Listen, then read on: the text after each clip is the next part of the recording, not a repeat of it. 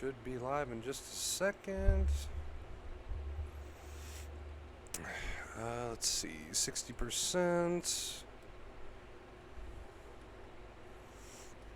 Getting there. All right, I believe we are live. What's up, everybody? WonderBro here with Vacay Fear. Today we're going to be talking about when second fear of anxiety, becomes a habit. That is the topic of today's stream. It is about noon here, so we should see some new faces. Let's get everything pulled up on my end. Wrong screen. There we go. Okay.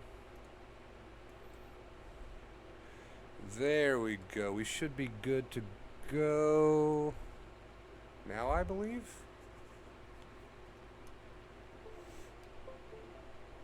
Let me get my headset turned on here. This thing's giving me some problems here recently. What is up, everybody? Welcome. When fear of anxiety becomes a habit. Olivia, welcome to the stream. How are you doing? Hey, I am first. Welcome, Olivia. WonderBro, what's up? What's up, Harris? Good to see you. Today we're going to be talking about when fear of anxiety becomes a habit. When fear of anxiety becomes a habit. Guys, if you don't have that notification bell ring that notification bell. It'll help you catch the streams live. If you have to watch them after the fact, right? If you have to watch them after the fact, always skip about 2, 3, 4 minutes in, and you'll find where we get started, so you don't have to watch the long intros. Smashing it with the streams lately. Awesome topics. Hey, I appreciate that. Good afternoon, Julie. Welcome. Michael. Hi, Chris. Hope you're keeping well, bro. I appreciate that. Wayne, what is up, Wayne? It's good to see you, dude. It is good to see you. Recently, we've had, I believe it's Holds, one of our admins here, putting in a lot of work. He's been going through and time-stamping the crucial parts of the stream in the comments, so look for that. I don't know how long he plans on doing that for, but that's been very, very helpful. So if you have to catch the streams after the fact, look for that. Hi, WonderBro. What's up, Angie? Reading my mom dealing with family drama. Oh, that's always fun. Not the best of days, but always learning from you. Well, welcome to the stream. Happy to have you. God's child, what is up? Will, we live and lit. Got off work early today. What's up, man? Good to see ya. Hope you're doing well, WonderBro. I am. It's going to be a good day. It's going to be a good stream. I'm happy to have you all with me when fear of anxiety becomes a habit. That is what we're going to be talking about today. Today. How long have we been streaming? Already 3 minutes? Wow, that went by really, really quick. Let's see. Gonna get started in just a second. Edward, what's up? How you doing, man?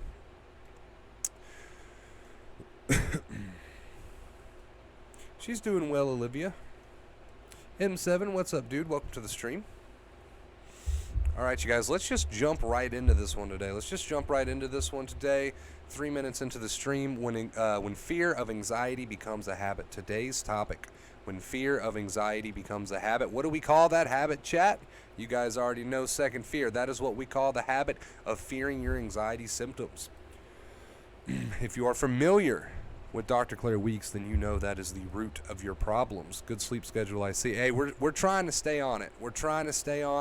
I didn't sleep a whole lot last night. It's taken me a little bit to get used to it, but I made myself get up anyway because I'm going to try to stay on it. What's up, Pep? Good to see you.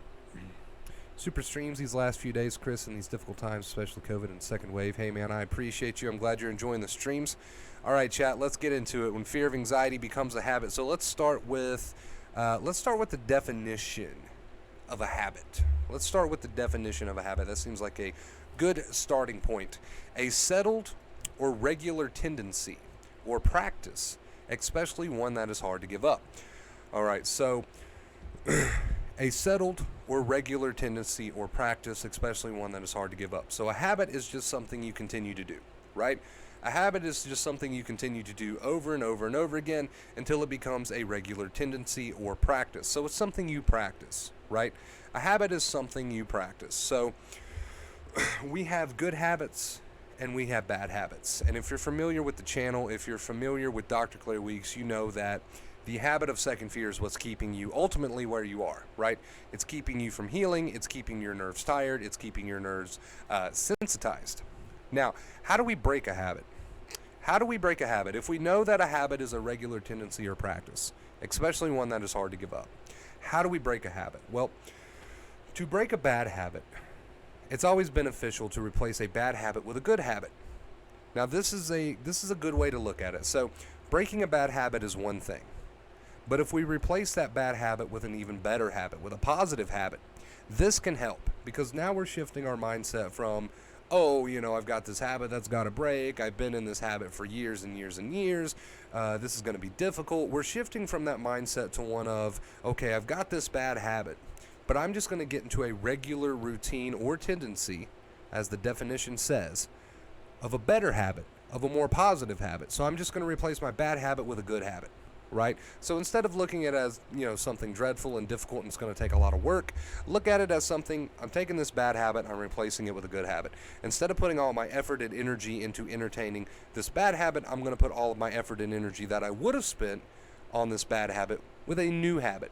And the new habit that we need to pick up, if we're trying to heal our nerves, if we're trying to get over anxiety, is the habit of perspective, a change of perspective. Dr. Claire Weeks calls it the correct inner voice. I call it a change of perspective. You can call it what you want to call it. So the first step when fear of anxiety becomes a habit is you have to be aware that you're doing it. Because if we're not even aware that we're in the bad habit of fearing our anxiety, right, then there's not much we can do about it. And a lot of people's like, well, I can't even catch myself. It seems so automatic. It seems so second nature. It just happens. And I get that, because it is a habit. I get that. But you need to be aware in those moments. So the first step to change that bad habit of fearing your anxiety, which we know is leading to your suffering, is to be aware that you're doing it in the moment. Okay, it doesn't really help too much to be aware of it after the fact. It doesn't really help too much to be aware of it before the fact. You need to be aware that you're adding second fear in the moment, right? So get into a habit, that is the key word of today's stream, get into a habit of watching how you react to your anxiety, of watching how you speak to yourself about your anxiety while it's happening. It's good if you catch it afterwards. It's good if you catch it beforehand, but it's not really going to make a huge difference unless you get into the habit of becoming aware that you're doing it in the moment, right? So you could experience a ton of anxiety and then afterwards be like, oh, I was adding so much second fear. Well, that doesn't really help us. You could feel the anxiety coming on and you can be like, okay, I'm adding a lot of second fear. Okay, that's great. But unless you catch it in the moment, then it's going to be hard to break that habit. So you need to practice catching yourself while you're adding second fear. So let me give you a little bit of example. People love examples. I love examples. You're sitting there, you're minding your own business, you know that panic's coming. You can feel it, you got that feeling in your body, you can just feel it. You know that there's some strong anxiety symptoms on the way, right? And then they finally hit. They hit. Well, you need to take a step back. And I know that can be difficult to do, especially in the moment when anxiety symptoms are high. But you need to take a step back and you need to ask yourself the question, what am I telling myself about my anxiety right now? Am I giving into second fear? Am I adding a lot of second fear? And you need to be really honest with yourself in that moment. If the answer to that question is yes, then that is your problem right there. If the answer to that question is yes, then that is your problem right there. Now, after you become aware that yes, I am adding a lot of second fear, yes, I'm giving into the bad habit of fearing my anxiety right now, then we move on to step 2. And that's, what can you do about it? Can you drop that second fear? Can you reach out and find a more rational, realistic way to view the moment, to view the symptoms that you're experiencing? You always can. The answer to that question is yes, you always can, but it's up to you. You always can, but it's up to you. There is always a better way to view your symptoms that doesn't involve so much second fear. But you got to be aware that you're doing it, right? That's the first step. And then we move on into the second step, actually putting it into play, actually starting to replace this negative habit of fearing your anxiety with a more positive, rational habit of dropping that second fear. And we do that through perspective. We've been talking a lot about perspective here recently. It's such an important word here on the channel. It's become a very important word here on the channel. So if we know that we're in a bad habit of second fear, we got to be aware of that. And then comes the action phase. And then comes the very personal endeavor where you have to dig deep and really ask yourself, what is a better, more logical, rational way to view these symptoms that doesn't add so much second fear? Now, you can't do it, and this is just a fair warning. You can't do this with a mindset of, if I find or try to convince myself of a more rational perspective, the symptoms will just disappear. Because if you're sensitized, it takes time to heal, right? You might take the edge off if you do this, but it still takes the body a little bit of time to heal. And if you're coming at it with a mindset of, if I try to find a better perspective, these symptoms will leave me alone immediately. You're already trying to use acceptance like a pill. You're trying to use acceptance with a mindset of second fear. And you can't come into acceptance already with a mindset of second fear. That's just not going to work. So you need to come into this new practice, this new habit, with a mindset of, yeah, I might have to deal with the symptoms for a little bit longer, but I'm dealing with them in a right way. I'm dealing with them in the right way. So that'll lead to my healing. That'll lead to my body beginning to heal. That'll begin to lead to a fading of these symptoms. But I understand and I accept the fact that, yes, I have to deal with these symptoms for a little bit longer, but I'm going to do it in the right way so that I can heal. I'm going to do it in the right way so that it can lead to my recovery. So a little off topic, but just a fair warning. Don't come into building this new habit of a new perspective, of dropping the second fear. Don't come into this with the mindset of, if I do this, the symptoms will just leave me alone like that. Because then you're already coming into it with a mindset of second fear, and that's just not going to play out for you, I promise. So again, you have to come into it with a mindset of, I know I'm going to have to deal with these symptoms for a little while longer before healing occurs, while my body is still sensitized. I know that, I realize that, and I accept that, but I'm going to do it in the right way. Right? I'm going to deal with these symptoms in the right way, and I'm going to start to break this very bad habit of second fear so that I can heal correctly. That's the mindset you have to have when you come into this. Not the mindset of, this will take it right away, this is like using a pill, because you're already coming at it from a second fear perspective, and that's just not going to pan out, right? So, back on topic, when fear of anxiety becomes a habit, there's two things you got to do, and we'll go over them one more time. You have to be aware that you're even doing it, because if you're not aware in the moment that you're adding second fear, how are you supposed to change it? So practice becoming more aware that you're doing it in the moment when symptoms are high, right? Because that's when it counts the most. And then move on to the action phase. It's time to reach for a new perspective. It's time to dig deep and get very personal with myself and find a new way to view these symptoms that doesn't involve second fear, because there's always a better way to view them. You just have to find them. You have to find what works for you. You have to start to look at them in a more rational, logical, realistic way that doesn't involve so much second fear. And that is possible. I have a lot of people hear me say that, and they're like, I just can't do that. The symptoms are too strong. I understand they're strong. There's nothing wrong with them being strong. Yes, I get that they're very, very strong sometimes. But strong doesn't have to make them into something awful. Your mind will do that. Strong doesn't have to make them into something that causes you to suffer. Your second fear does that. The symptoms can be very strong, but they don't have to become suffering. They will become suffering if you get into that habit of second fear. But as soon as you start to break that habit, you can realize that, yes, although my symptoms do come on strong at times, very, very strong, they don't have to become suffering. Strong and suffering are not the same thing. You can have strong anxiety symptoms, but they don't have to become suffering. That happens when second fear occurs. That happens when second fear becomes a habit, right? So, two-step process. You have to be aware that you're adding second fear, and you have to start taking action against that and breaking that habit. Just a quick comment I see that relates to what we're talking about. How would you look at dizziness in a different way? So, the question is, how would you look at dizziness in a different way? And the answer is, that's a very personal, very, very personal journey that you have to go on. How do you want to look at it? And then I ask you this, okay, we know that symptoms can come on strong. We know that dizziness, for example, like in your comment, is not something that anybody particularly wants to feel, right? And nobody's denying that. Nobody's denying that these symptoms are not particularly anything that, people want to experience. Nobody's denying that. But I have to ask you the question, what does second fear do for you? So let's say you're dizzy. Yeah, that's not comfortable. That's not something that anybody sits around and wishes for. But if you're adding a lot of second fear to that feeling, what does that do for you in the moment? It gives you more stress. It gives you more worry. It gives you more anxiety. It makes your symptoms heightened. It adds to the already uncomfortable symptom. So, yes, these symptoms can come on strong. Yes, people don't exactly prefer to feel dizzy, obviously. Yes, There are symptoms that people wish not to have, and I agree with them because they're uncomfortable, but at the same time, there's nothing wrong with feeling uncomfortable. There's nothing wrong with feeling a strong symptom. You have to ask yourself the question, do I want to add second fear to this because it's just going to cause a heightened sense of fear, a heightened sense of anxiety? You see what we're saying? So if you can find a more rational, logical way to view your symptoms, that's great. You'll drop second fear, right? But if you're having a symptom, for example, like dizziness, that no normal human being particularly enjoys, then you have to ask yourself the question, okay, if I can't find a more rational way to look at this, which you can if you try hard enough, but in the moment, if you just can't seem to find a more rational way to look at this symptom, then you need to ask yourself the second question, which is, what is second fear going to do for me, right? You can always find a more rational, logical way to view your symptoms that cuts out that second fear. But let's say you're in the moment and you just can't seem to grasp some new mindset. You just can't seem to grasp some new perspective. What could you do? What can you do in that example? What can you do at that point if you just can't seem to find that new perspective in the moment?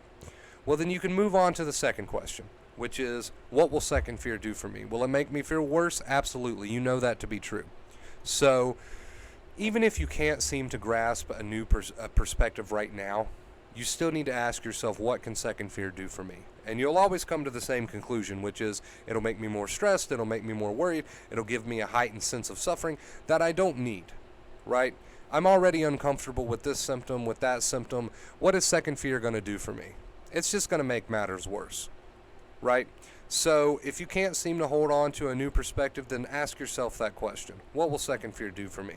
And in the meantime, I promise you there is a different way to look at things. There is a better way to look at things. So, negative intrusive thoughts, and I'll go over the two main keys really quick. Negative intrusive thoughts, leave those alone. Get out of the mind game. The mind game's not going to serve you. Don't feel the thoughts. They're unimportant. They're coming from a stressed out body, a stressed out mind. Just leave the mind stuff alone. That's one of the two main keys, right? Just leave that shit alone. Let it be there. You don't have to open the door to that.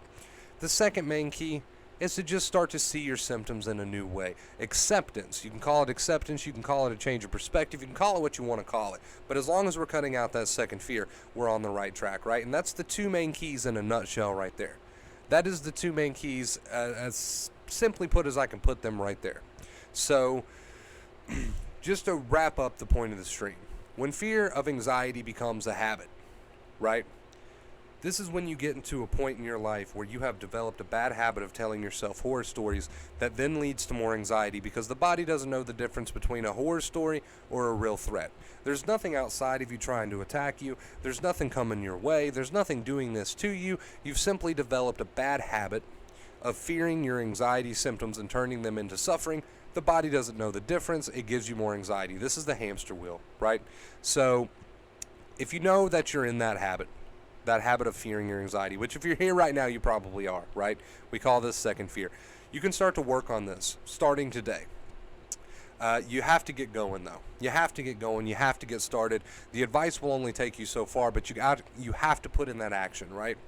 You have to put in that action. So that was the point of today's stream, you guys, when fear of anxiety becomes a habit and what you can do about it. If you enjoyed this stream, please leave a like. It really does help us grow, and I would be very, very much appreciative of that.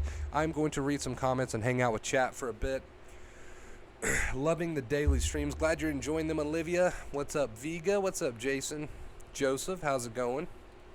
Mine's health anxiety, so every time I feel a weird sensation, I automatically go into panic. This few days has been a jaw pain. I think I clench my teeth at night. So you're already introducing some realistic, logical responses there. I think I clench my teeth at night. So that's a more realistic way to view that instead of automatically giving into the health anxiety, to the second fear. Oh, this means something, something, something, something, and you fall down this rabbit hole, right? So I see that there's already a part of you that's very rational, that's very logical. But you got to hold on to that perspective, right? You got to hold on to that perspective, and you got to keep that door to those negative intrusive thoughts closed. You can let it knock. You don't have to open it. And just hold on to what you know to be true. Hold on to what you know to be true. Show your brain that there's no real danger. Get on with your day. Keep those negative intrusive thoughts at the door. They can knock if they want to. You don't have to open it. And change your perspective towards your life. Change your perspective towards your feelings. As long as we're cutting out second fear in whichever way that we choose to do that, we are on the right path. Hey, Wonder Bro, how are you? What's going on, man? Hope you're having a good day. My issue is extreme level of adrenaline. I can't seem to find another perspective for that. Any ideas? Adrenaline and excitement, same thing. Adrenaline and excitement, same thing. The same levels of adrenaline that you experience in your body now would be the same levels of adrenaline that you would experience if you won the lottery. The heart would beat, the legs would shake, you would get a little bit wobbly, you would feel the energy coursing through your limbs, coursing through your body. You would feel that sense of not being able to sit down because there's just so much energy in the body, just bubbling, bubbling, bubbling, and that is the same exact thing that you would feel if you just found out that you won $1 million. The only difference between people that chalk up their anxiety as something horrible and people that look at it as just excitement is that perspective.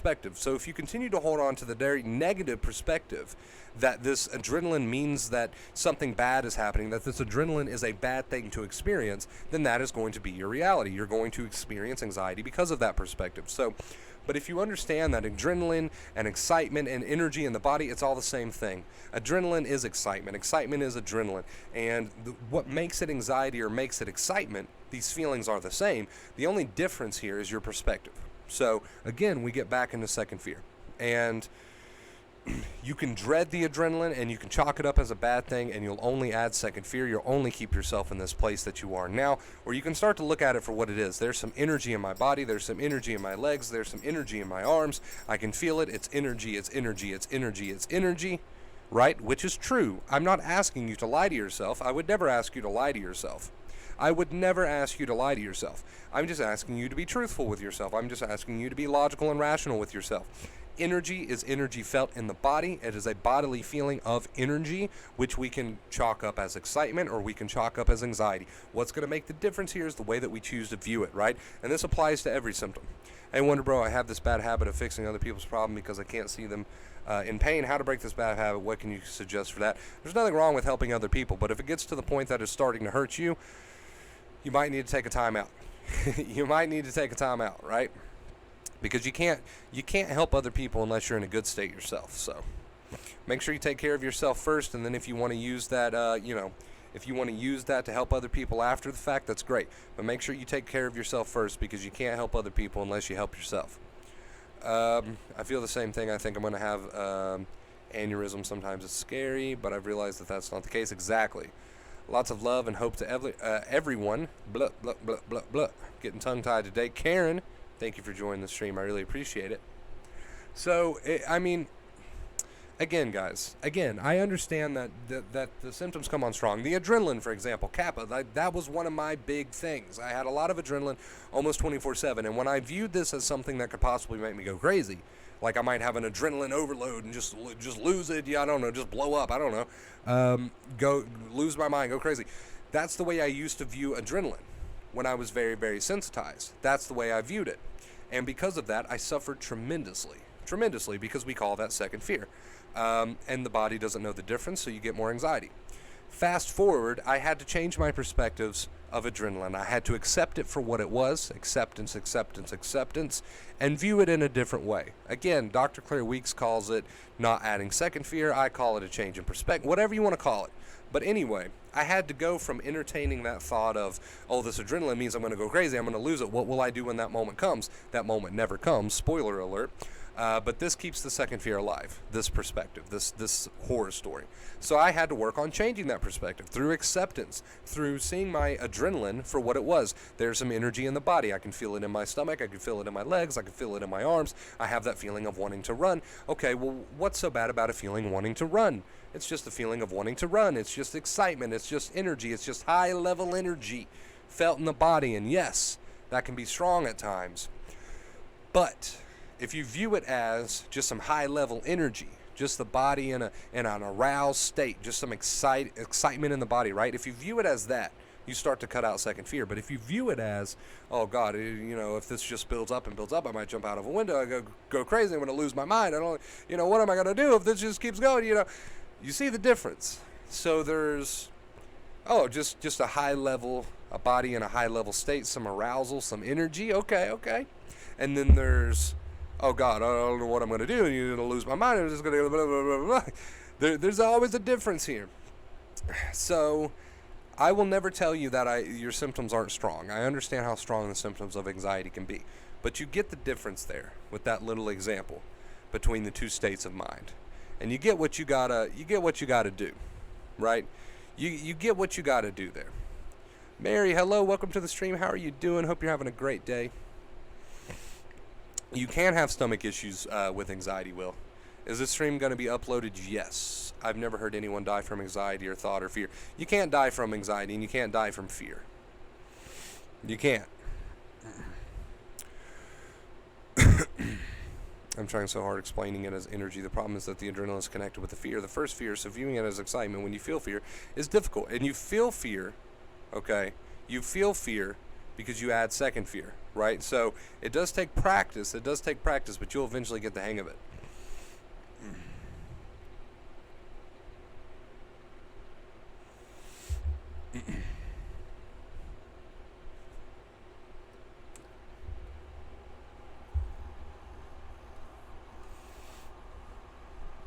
I literally can't cope. So I understand how it feels to be in that place where you say you literally can't cope. I get that. I get that. I totally understand that. I can relate to that. I've been there, done that, experienced that. The absolute first thing you have to do is get on with your day. Now, I know you're not going to want to do that because you feel like turd, right? So I understand completely that you're not going to want to do that. But the more time you give yourself to lay around and obsess, the more you're going to do just that, especially right now. So the first step, acceptance, get on with your day, show your brain there's no real danger. You can do whatever you want to do despite the feelings, believe it or not. So always get on with your day. We talked about this a lot in the past here on the channel. Always get on with your day, right? Do as many positive things during the day as you can. Don't rush through it. Just do as many positive things as you can during the day. Show your brain there's no need for this anxiety. Number 2, leave those negative intrusive thoughts alone. You got to leave the door to those closed. And then work on those perspectives. Work on the way you talk to yourself. If you're adding a lot of second fear, okay, Dr. Claire Weeks calls it the correct inner voice. If you're adding a lot of second fear, we absolutely have to work on this. We absolutely have to work on this. We have to get on with our day, and we have to be aware of whether or not we're adding second fear, right? Some key points there. Some key points there, and this applies to you too, Little Fear. I see your comment. Vigo, Wonder Bro, and Fire Baby. Can you become a Super Saiyan while anxious? It feels like it, right? It feels like it. It feels like you could.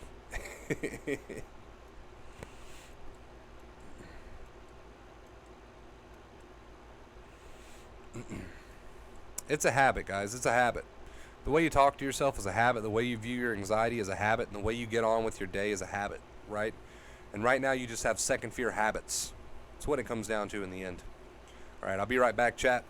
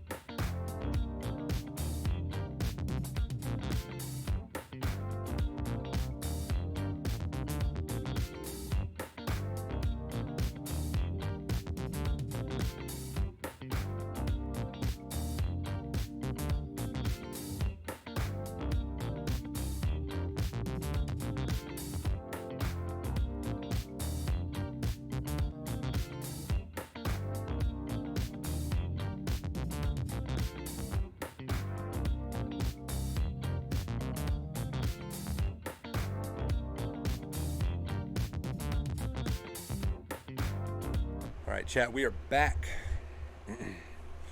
Yeah, you have to really just go on with your days and not focus on the yes, the fear is great in there.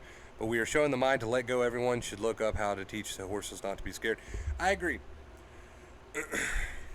I agree completely. You have to let the fear be there without adding second fear. We all know that this is the main key at the end of the day.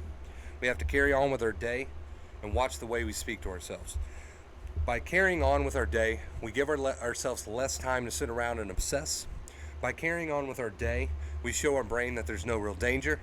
And while we're doing this, while we're carrying on with the day, right, big or small things that you're accomplishing, whatever, while we're carrying on with the day and letting those symptoms be there and letting those thoughts be there, right, we have to make sure that we're not talking to ourselves in a way that is a breeding ground for second fear, right?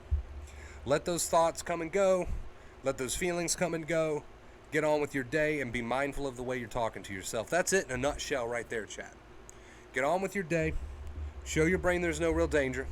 Let those feelings be there. Let those thoughts be there. Don't get involved with any of that. And just be more mindful of the way that you're speaking to yourself about what's going on. That's it right there, chat. Write that down. Carry on with your day to show your brain that there's no real danger, right? Let those thoughts and feelings be there without getting involved, right? And be more mindful of the way that you're speaking to yourself. Everybody write that down. Everybody make a quick note of that.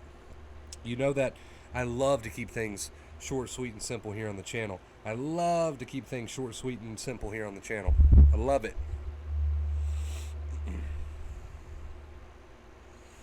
We try to keep it as simple as possible. Now, all of that sounds very simple, and it is. It's easy enough to understand. Okay, carry on with my day. Show my brain there's no real danger. Carry on with my day. Do my normal thing. Do what I do. Okay. Leave the feelings and thoughts alone. Okay. Simple. All right. And be more mindful of the way I'm talking to myself, so I'm not adding, second fear. Simple enough. All of this is pretty easy to digest, but you got to do it. And that's where some people get hung up. That's where a lot of people get hung up. So it's pretty easy to digest all that, but a lot of people get hung up on the actually doing it part. They let the fear convince them, right? They let the fear convince them otherwise. Do you think anxiety can make you paranoid? I mean, it puts you in a stressed out state, right? It puts you in a stressed out state, so I could see that. I could see that.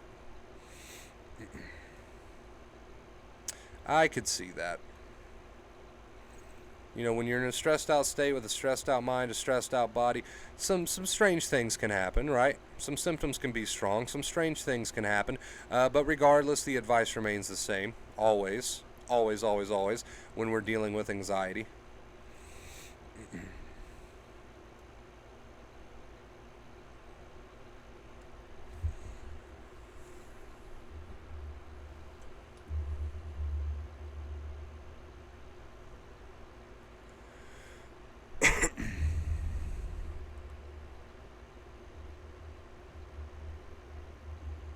Exactly, BJ, exactly.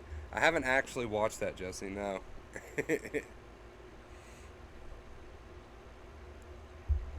Exactly, God's child's got it. Andrew, what's up? AKA Andy.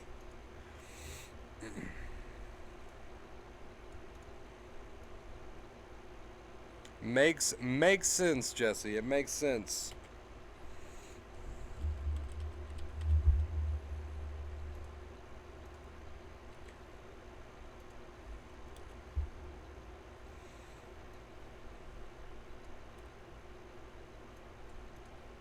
Yeah, God's child's got it. God's child's got it. Copy that comment. Copy that comment. Write that down, chat. Write that down, chat, and throw all your other material out the window. Keep it simple.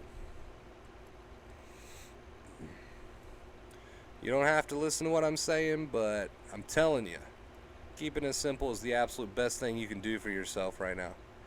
Keeping it simple is the absolute best thing you can do for yourself right now.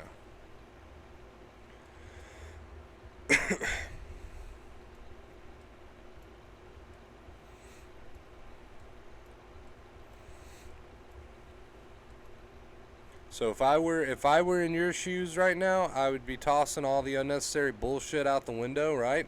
because we don't have time to overcomplicate this. We don't have time to confuse ourselves.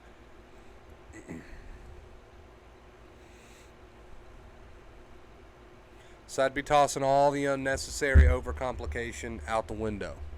That's what I would be doing if I were in your shoes right now. And that's what I eventually had to do for myself.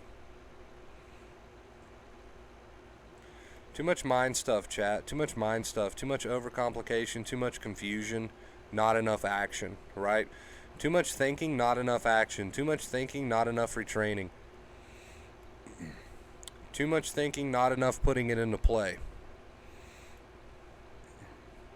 A lot of people stay stuck in that stage. I did for a very, very long time. That's why I can relate completely.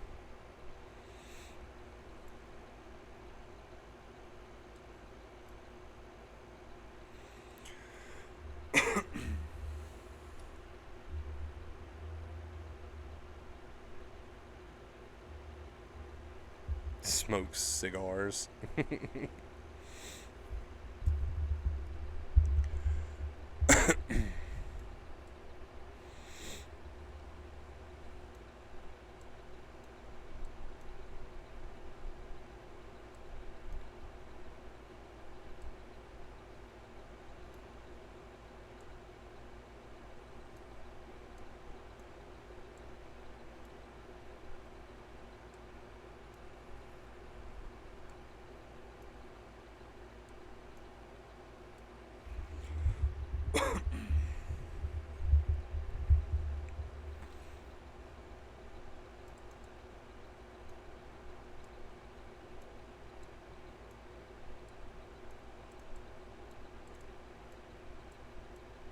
Are these even on?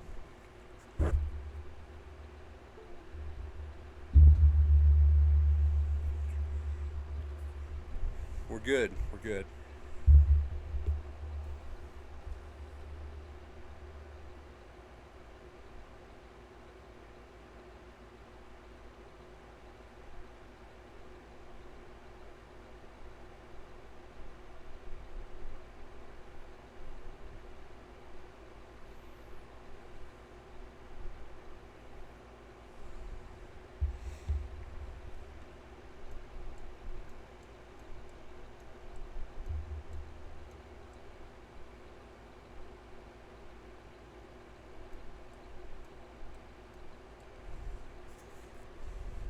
So music, we actually haven't got music on the stream in quite a while.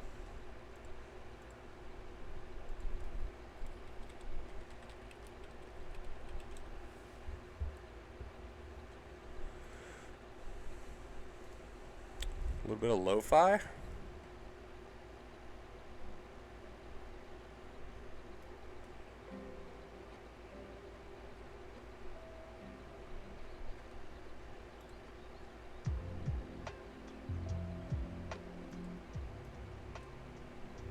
There we go. Okay. It's usually between the same three playlists, right?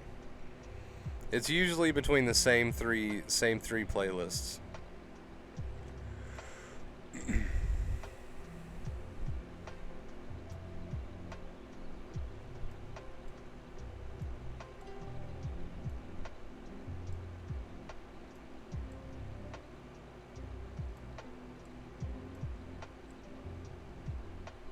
We have a lot of cats, Olivia. So I'm not sure which one was on the stream, but yeah.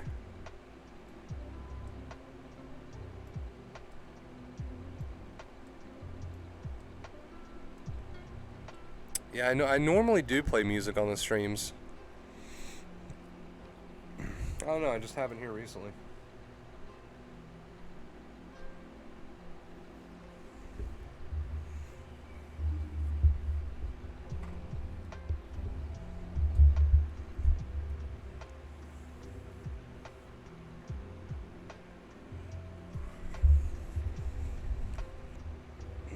Love cats. Yeah, Nova's not a fan of cats. Nova can't be around cats or she acts completely crazy.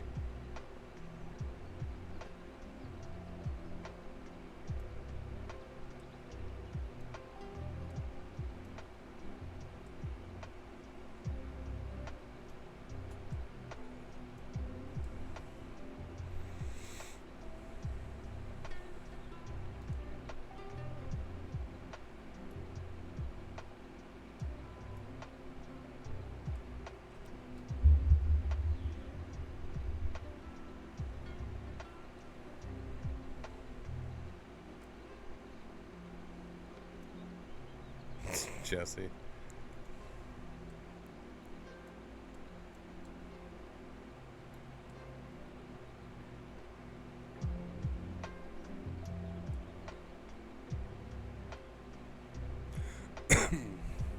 Yeah, I don't know why she's like so anti-cat, but she is.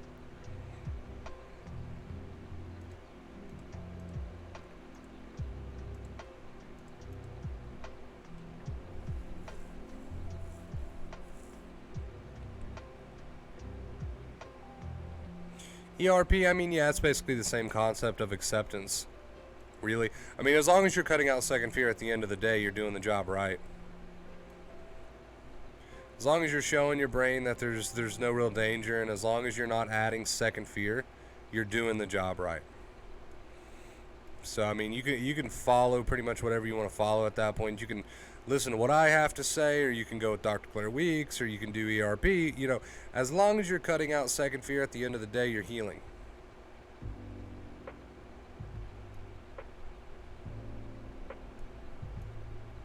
That's the main point.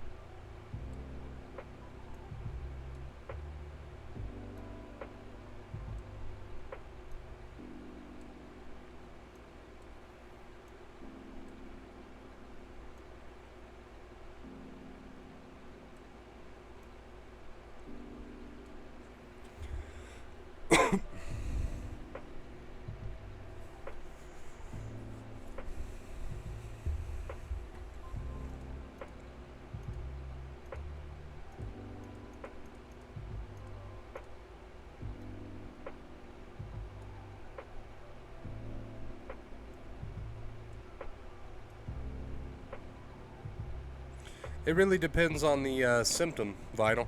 It depends on the symptom, it depends on the situation, it depends on the moment. You just have to get real personal with it, and you have to reach for a better perspective. Somebody else's perspective of the symptoms might not be the same perspective that would bring you comfort, right?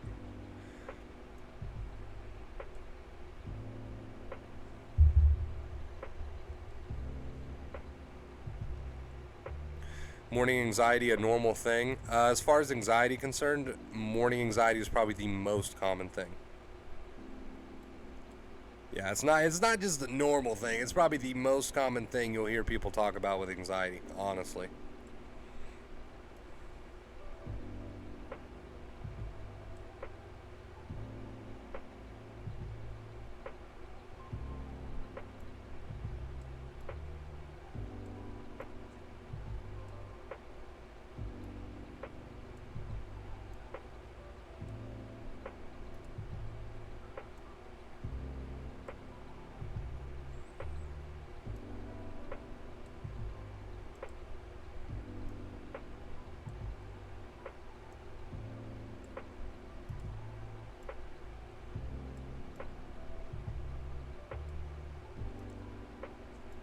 Yeah, one of the more common experiences with anxiety is morning anxiety.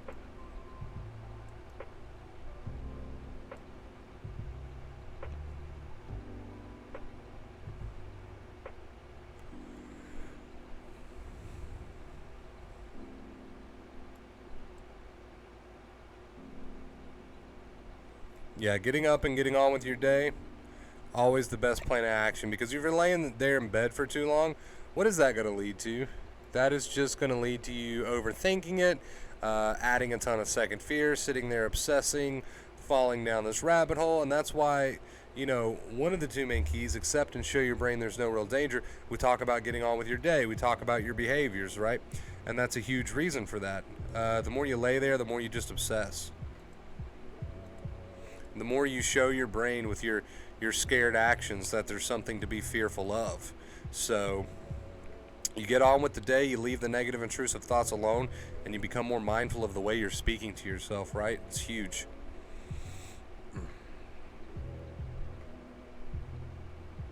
But I just want to keep going back. Hey man, at the end of the day, it's up to you, right? Don't let anxiety control you. You can do whatever you want to do despite the feelings. The feelings can be there, but you still have free will, right? Will? Sorry, I had to. You still have free will. So, I mean, you can do whatever you want to do. You don't have to let anxiety stop you. You know, your mind might say this and your mind might say that. Well, the mind says a lot of things, a lot of unhelpful things.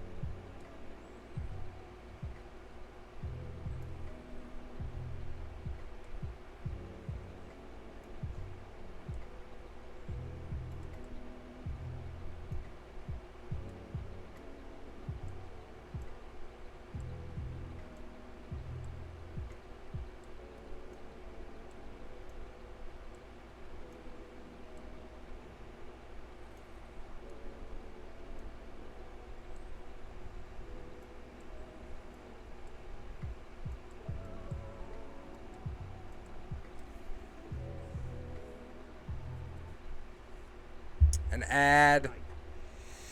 I really just need to download this whole playlist.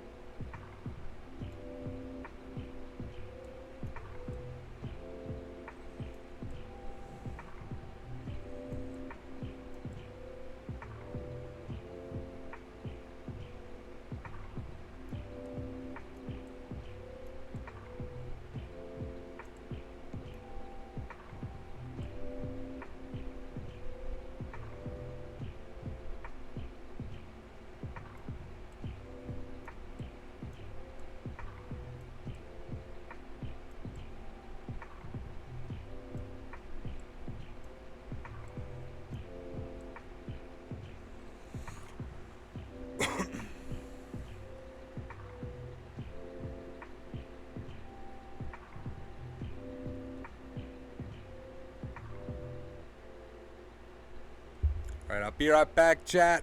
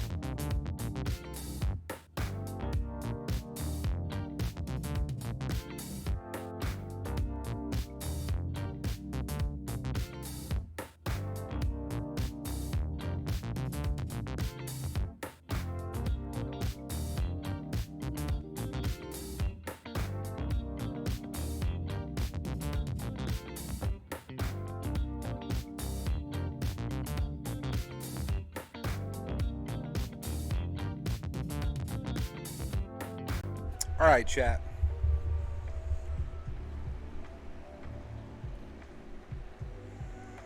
All right, chat. Slept like 5 hours last night. Woke up. I was like, yeah, it's only been like 5 hours. I should go back to bed. And I was like, I want to keep my sleep schedule on track, right?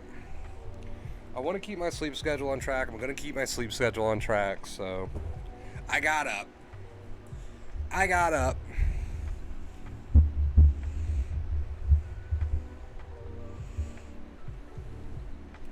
it's chilly, chat. How's the weather today? Wet and rainy. This is Kyle. Add.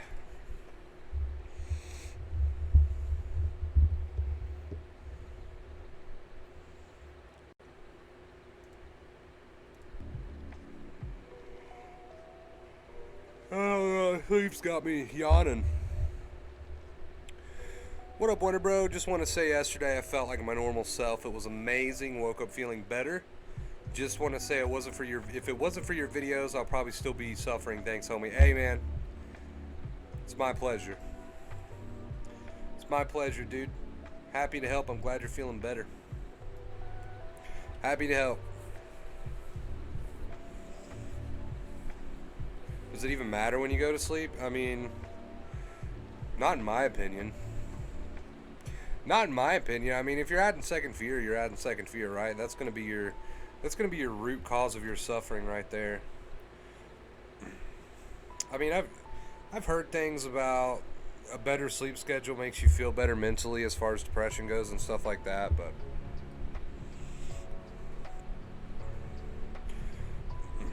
when you chilling with Faith again? Hopefully soon. Here soon.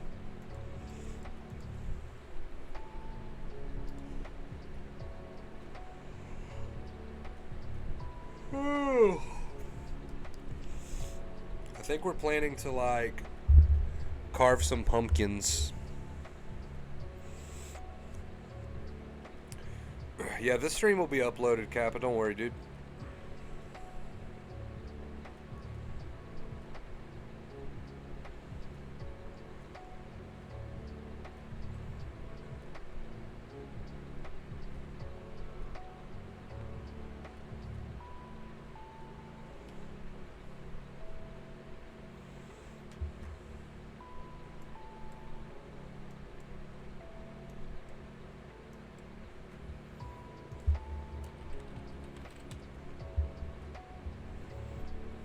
There we go. It's brightening it up a little bit. All I have was no taste, no smell. Dude, I've been hearing that. I've been hearing that from people that's had it. That's literally the only thing that they've experienced. Is that weird? I'm glad you're feeling better, bro.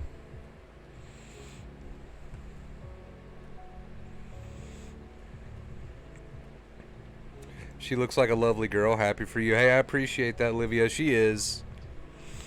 She's awesome.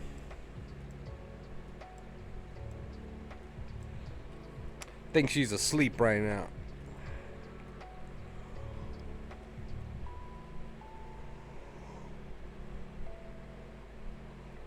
Literally all I had. Yeah, I've been hearing that. It's weird.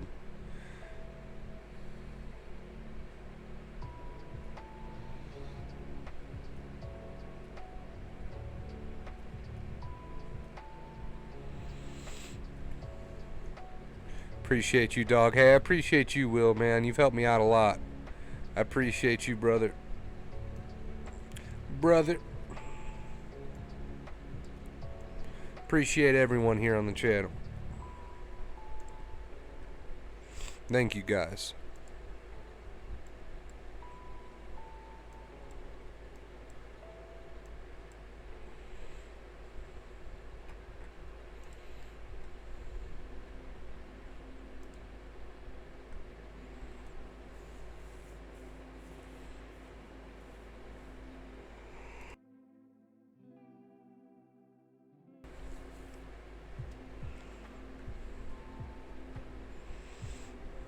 This lo-fi is like really, really relaxing, dude.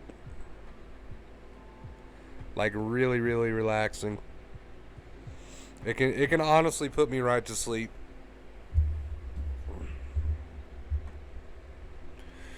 Always, I got a nice gift for you Friday. Hey man, you don't have to worry about that, dude. I appreciate all you've done for me in the past, Will. I truly do.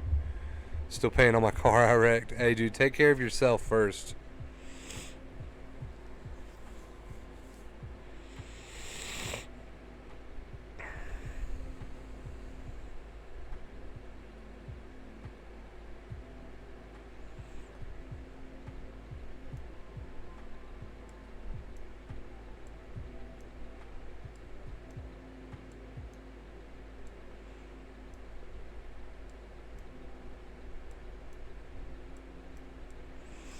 A rainy gray day, guys. A rainy, chilly day in the middle of October with some lo-fi going.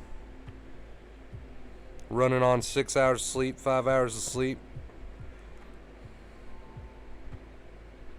Yeah, this is it's a dangerous combination here, chat. I might fall asleep right here on the stream.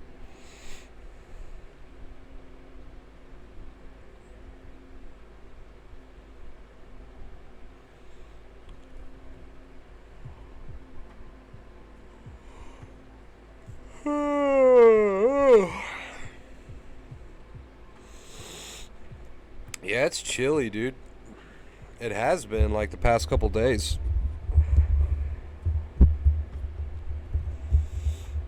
It rains a lot where you are. Normally it doesn't, but this past week it's been raining nonstop. It's one of those things, I guess. What's up, Sanchez? How you doing, bro? Hope you're having a good day. Hope you're feeling good. I like the pumpkin emoji. I'm going to drop the link to the Discord, guys. If you're interested in joining the Discord, click this link. It is completely free. I think we've almost... Let's pull it up.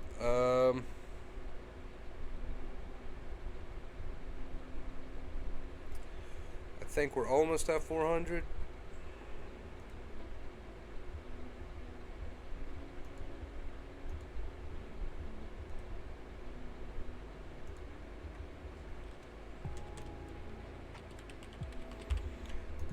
I think I hear the ups truck.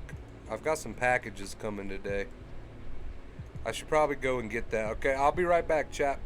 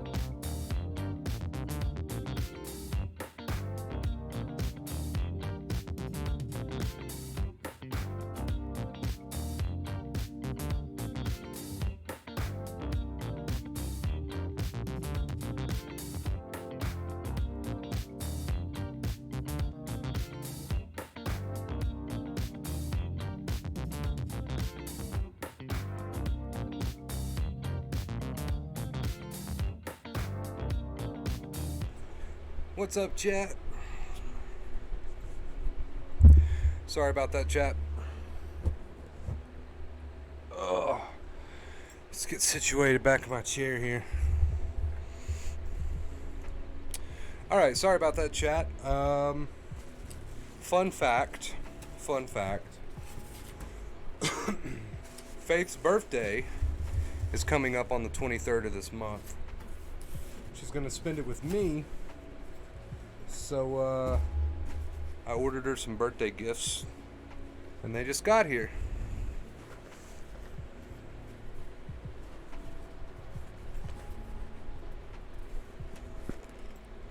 Right there.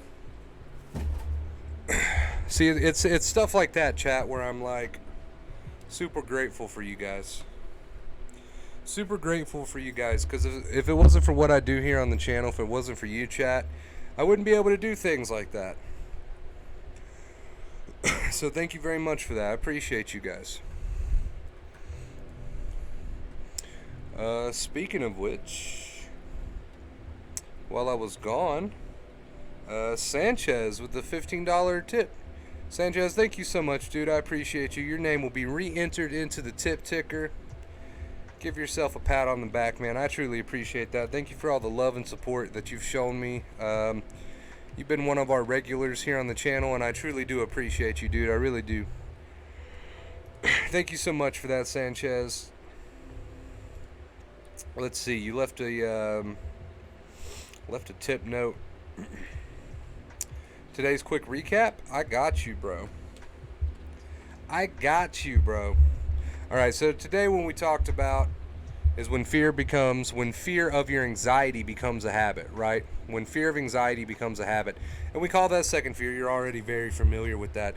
We went over the basics today, a lot of the basics about how you can't break a bad habit unless you're aware that you have the bad habit, unless you're aware that you're actively giving into the bad habit when you're giving into it. So to be aware that there's second fear and to be aware that you have this bad habit of second fear, that's not enough. You've got to be aware of it in the moment. So we talked a lot about awareness today. While you're in that moment and symptoms are high, being aware that you're giving into second fear, being aware that you're adding second fear. That was our main point today.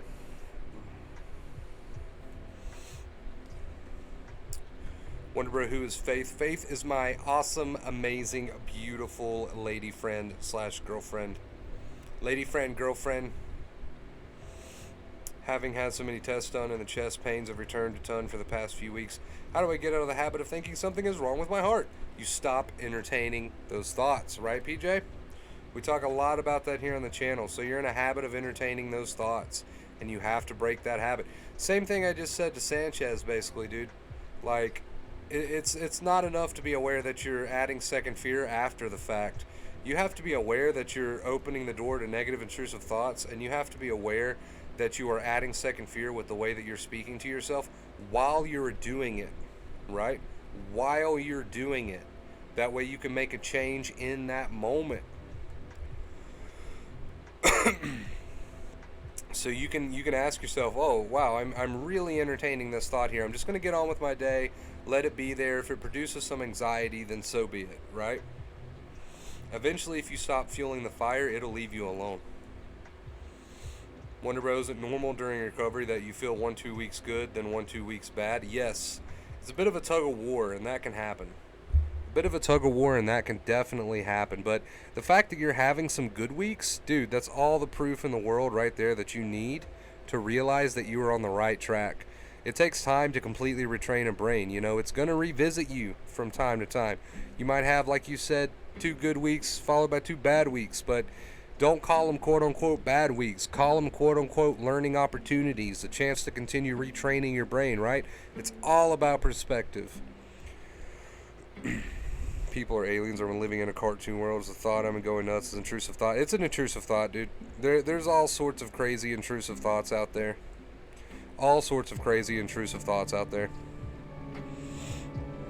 Kappa!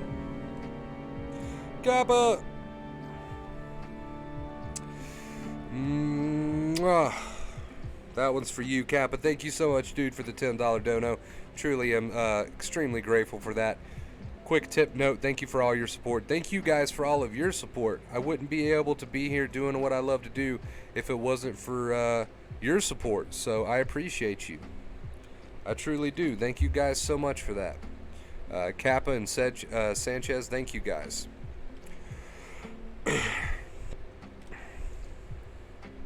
Thank you, boys. I appreciate it. You guys are the best. Yeah, it's just a negative intrusive thought, man. There's all sorts of crazy negative intrusive thoughts. Don't give any more importance to one over the other. Sometimes they just seem a little out there, a little wonky, and that's perfectly fine. Your imagination is a crazy thing, dude. Your imagination is endless.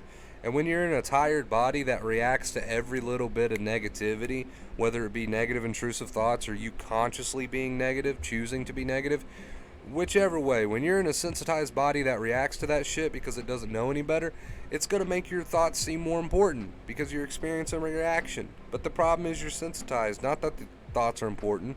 That's not the problem. So leave those negative thoughts alone, leave those negative intrusive thoughts alone. Be more conscious of the way you're talking to yourself, right?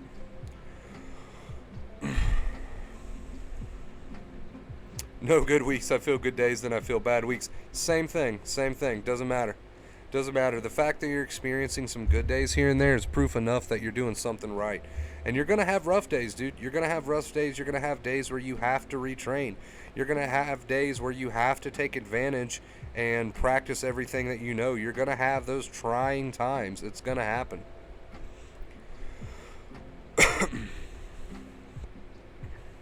I'm freaking nervous but happy at the same time. Hey, man, I'm proud of you. When you had anxiety, intrusive thoughts, how did you deal going to work?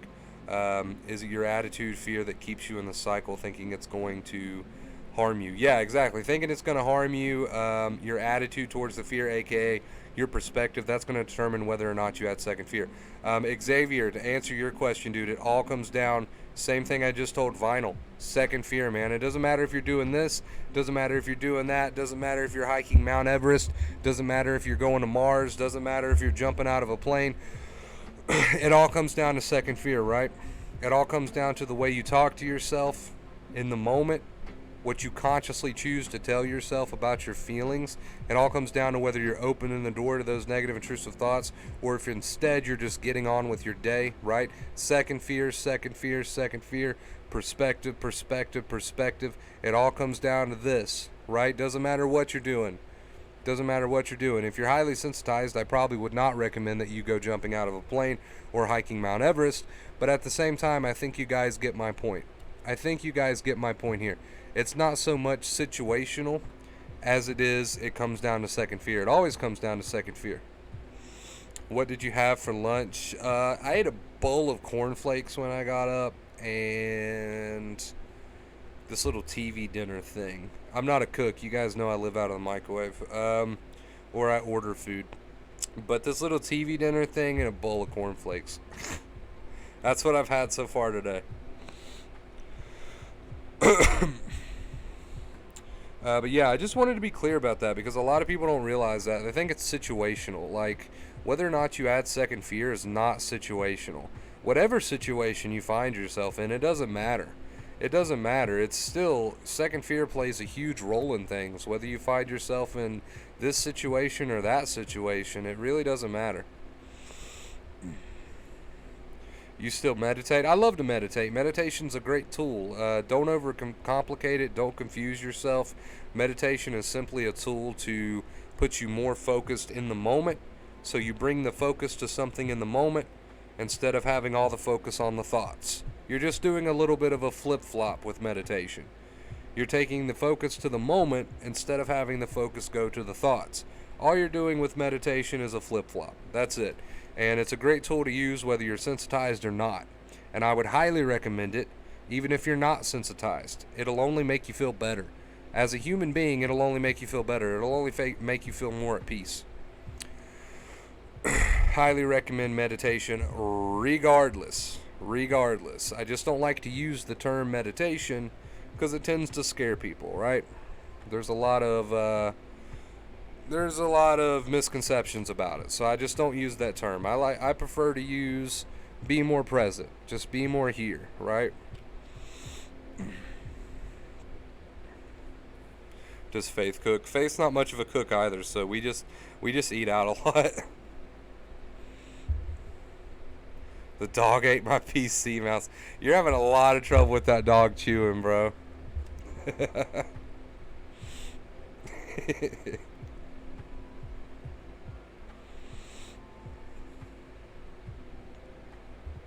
Hey, hopefully it'll grow out of it, right? Hopefully it'll grow out of it. I wish I could show you guys what I got Faith for her birthday, but obvious reasons I can't do that. She's got a box of goodies. I think she's going to enjoy them. And again, I have you guys to thank for that. Thank you for supporting what I do.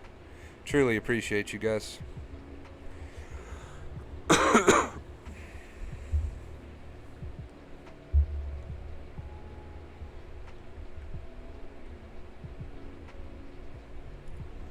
Ready for Thanksgiving? Any big plans? Now, even though I'm not much of a cook, it looks like this year I'm going to have to be. So, we're going to try to cook Thanksgiving. We're going to try to cook a Thanksgiving meal this year. Let's see how this goes. Let's see how this goes. You know, hopefully I don't burn the house down, chat. But if I do, you know what happened. If I die in a house fire, you know what happened. I tried to cook Thanksgiving dinner. Send me a pic on Discord, brother. I will do that if I remember to do that. I will.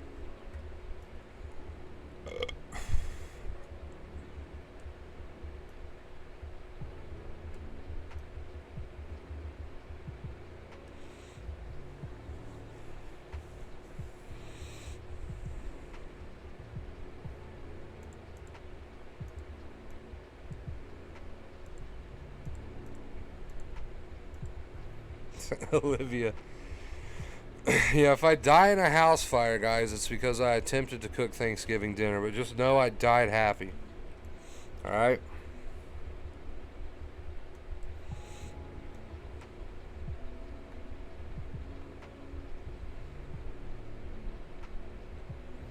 Record me cooking. Hey, now that I've got Faith around, maybe she could record me. It's kind of hard to record yourself doing shit like that, right? But I don't know. Maybe I'll get Faith to record some clips.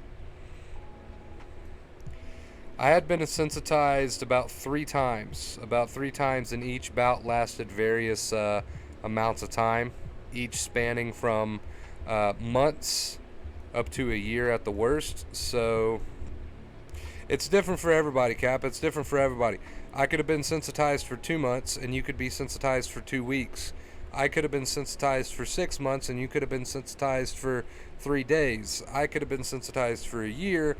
You could have been sensitized for 3 months. Like, I mean, it's endless possibilities. Sensitization, the amount of time someone stays sensitized, the severity of it. I mean, it's different. It's different for everybody. But all I know is, at the end of the day, the way that we treat and heal sensitization is the same for everybody.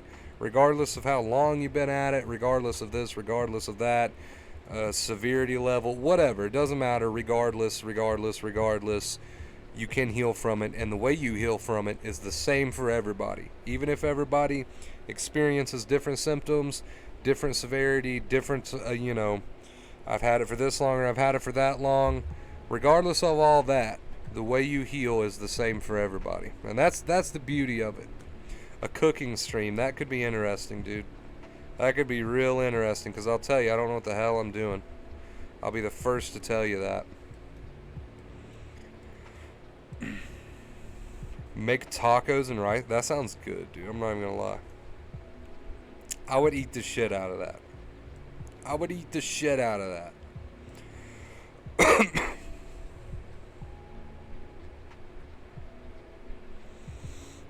Good question. Good question, though, Kappa. I appreciate that. I'm sure a lot of people have the same question. A lot of people like to compare their journeys with mine. And I get that. They want to hear what I've been through. They want to hear what I did. But just know I'm sharing it with you. Every time we get on stream and I'm telling you this and I'm telling you that, it all comes from my personal experience. Every time we stream, I don't leave anything out. Everything that I've learned from what I've dealt with, I bring it to you guys. Yeah, basically, Robert. Yeah, I'd agree with that. Chicken and mac and cheese, bro. You're gonna make me hungry. Stop. You make me hungry, bro.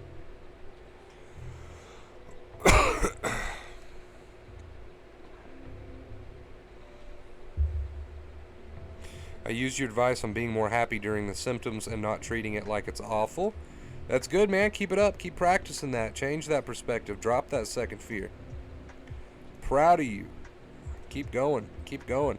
Takes time for this to become your new habit, right, guys? You can't break a bad habit overnight. So it takes time to make this your new go-to, so to speak. So don't give up on it. Jesse. Hey guys, I'm gonna have a quick smoke here. It won't take me but a minute, and I'll be right back with you. Be patient, chat amongst yourselves. I love you guys. I'll be right back.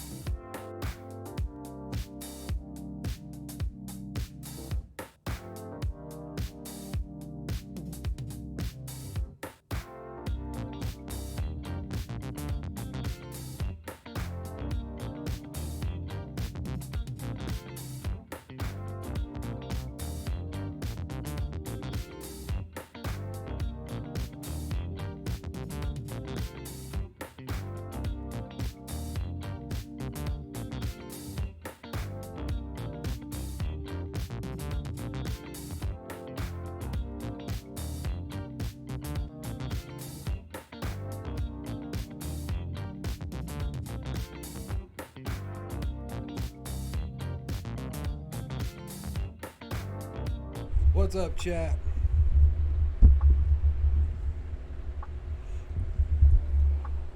Ugh.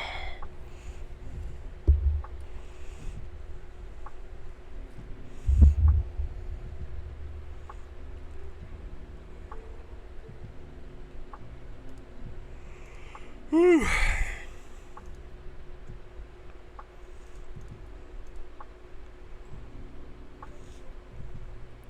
For so long, chat, I've done stream after stream after stream and never thought for a second to put something behind me for some back support. And now that I've got something behind me for some back support, I feel like I could do this for days. Like that's all it took. I've been doing this for years, chat. And I never once thought, maybe, if I had something for some back support, my back wouldn't kill me during streams. Never occurred to me. Never occurred to me until today. So I'm in heaven. I'm on heaven. I'm in heaven. On heaven works too, I guess.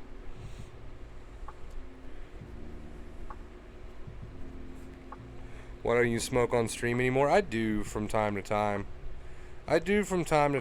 But honestly, I'm just trying to smoke less. I'm trying to smoke less these days, so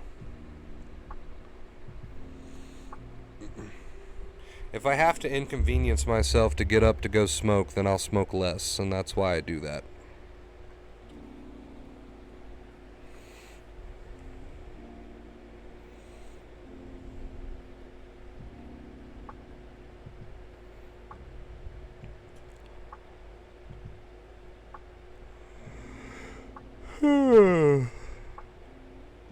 Oh, Kappa, dude, I forgot to add you to the MVPs. My bad.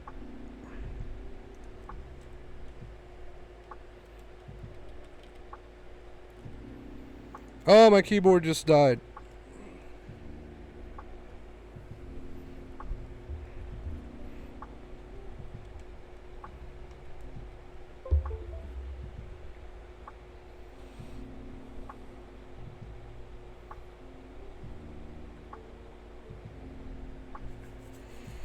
Yeah, Will, it just helps me smoke less. You know what I mean? Like if I have to get up to go smoke, then I won't chain smoke. How's the mic volume, chat? Are we good? Is it too loud? Is it too low? How's my voice sound?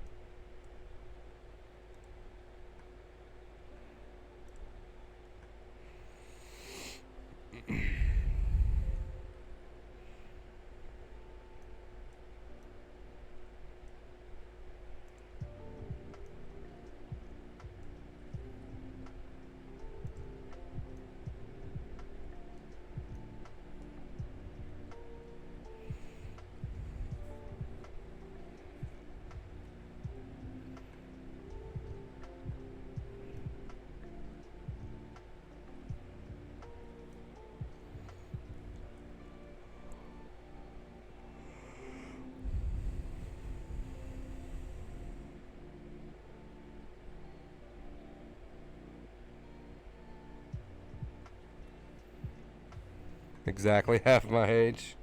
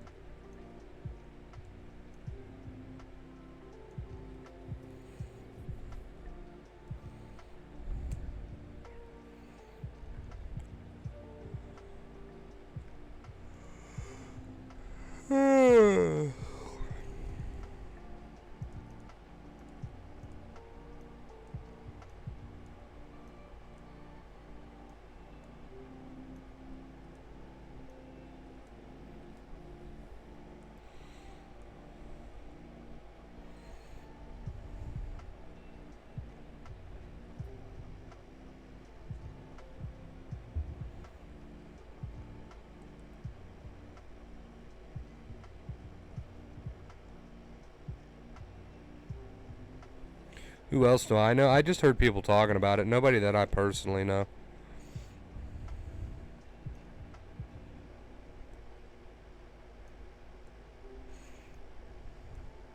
Hey man, Kappa, that relief will come from that perspective. That relief will come from that perspective, I'm telling you. So we change the mindset, right? The mindset from I want the symptoms to go away because I hate them so much to I'm going to think of a better way to approach this with a better mindset, with a better perspective.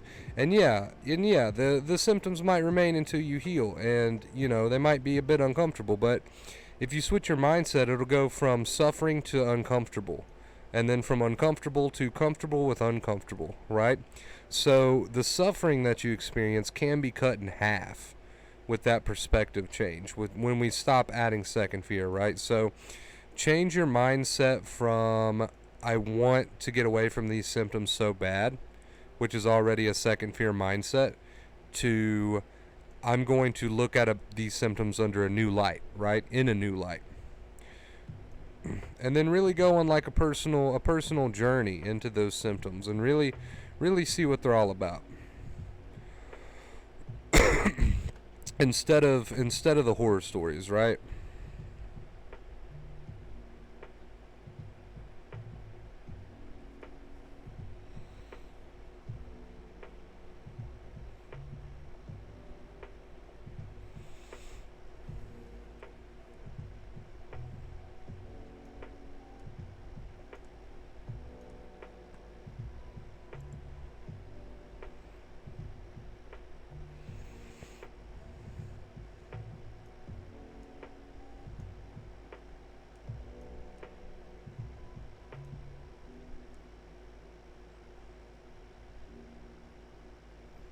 Yeah, exactly, JK. You nailed it.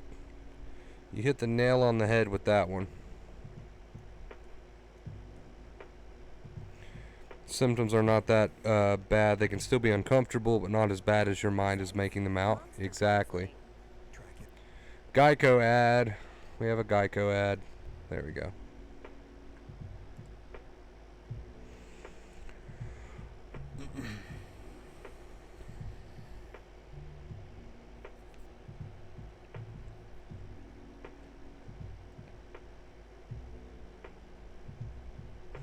Chicken soup and vitamins.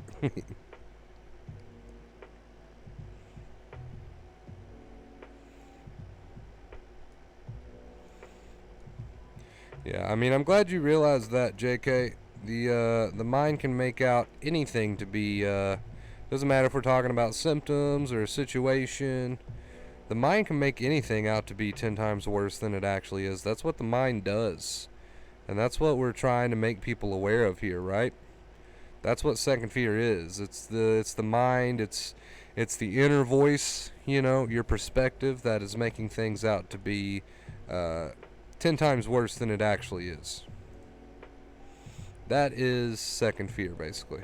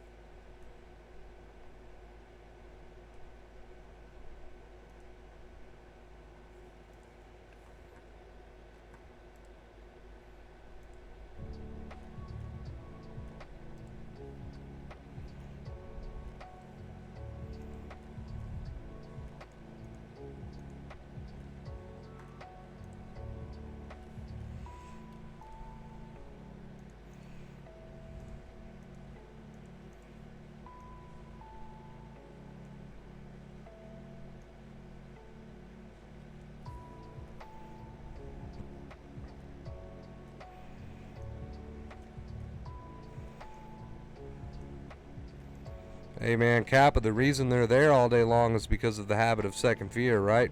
Now, I'm not saying that they're going to vanish instantly, but what I am saying is if you're experiencing symptoms all day long, there's a very, very strong, good possibility that there has been a lot of second fear there.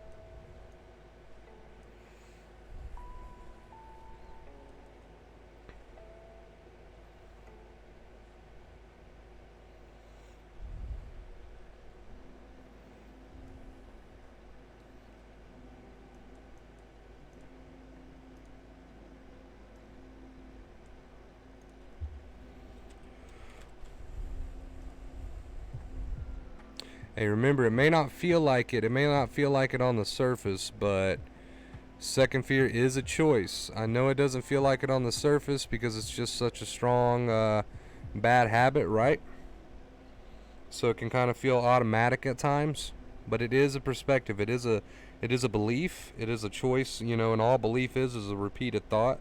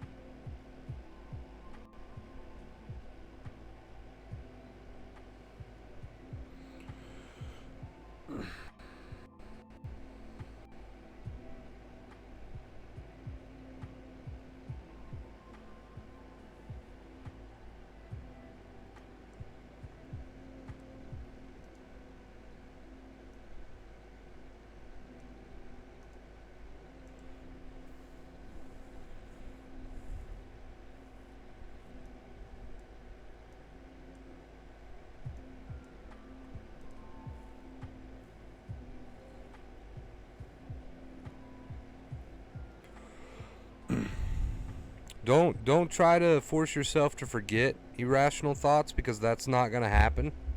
But what you need to do is work on not entertaining them.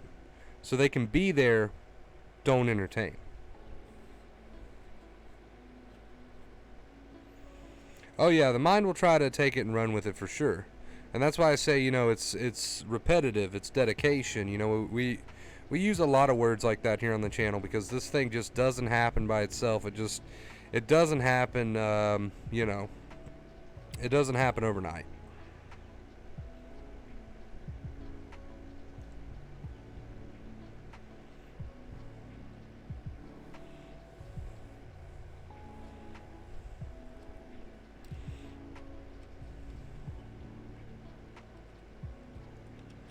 dealing with the fear of things you don't understand. Fear is fear, really.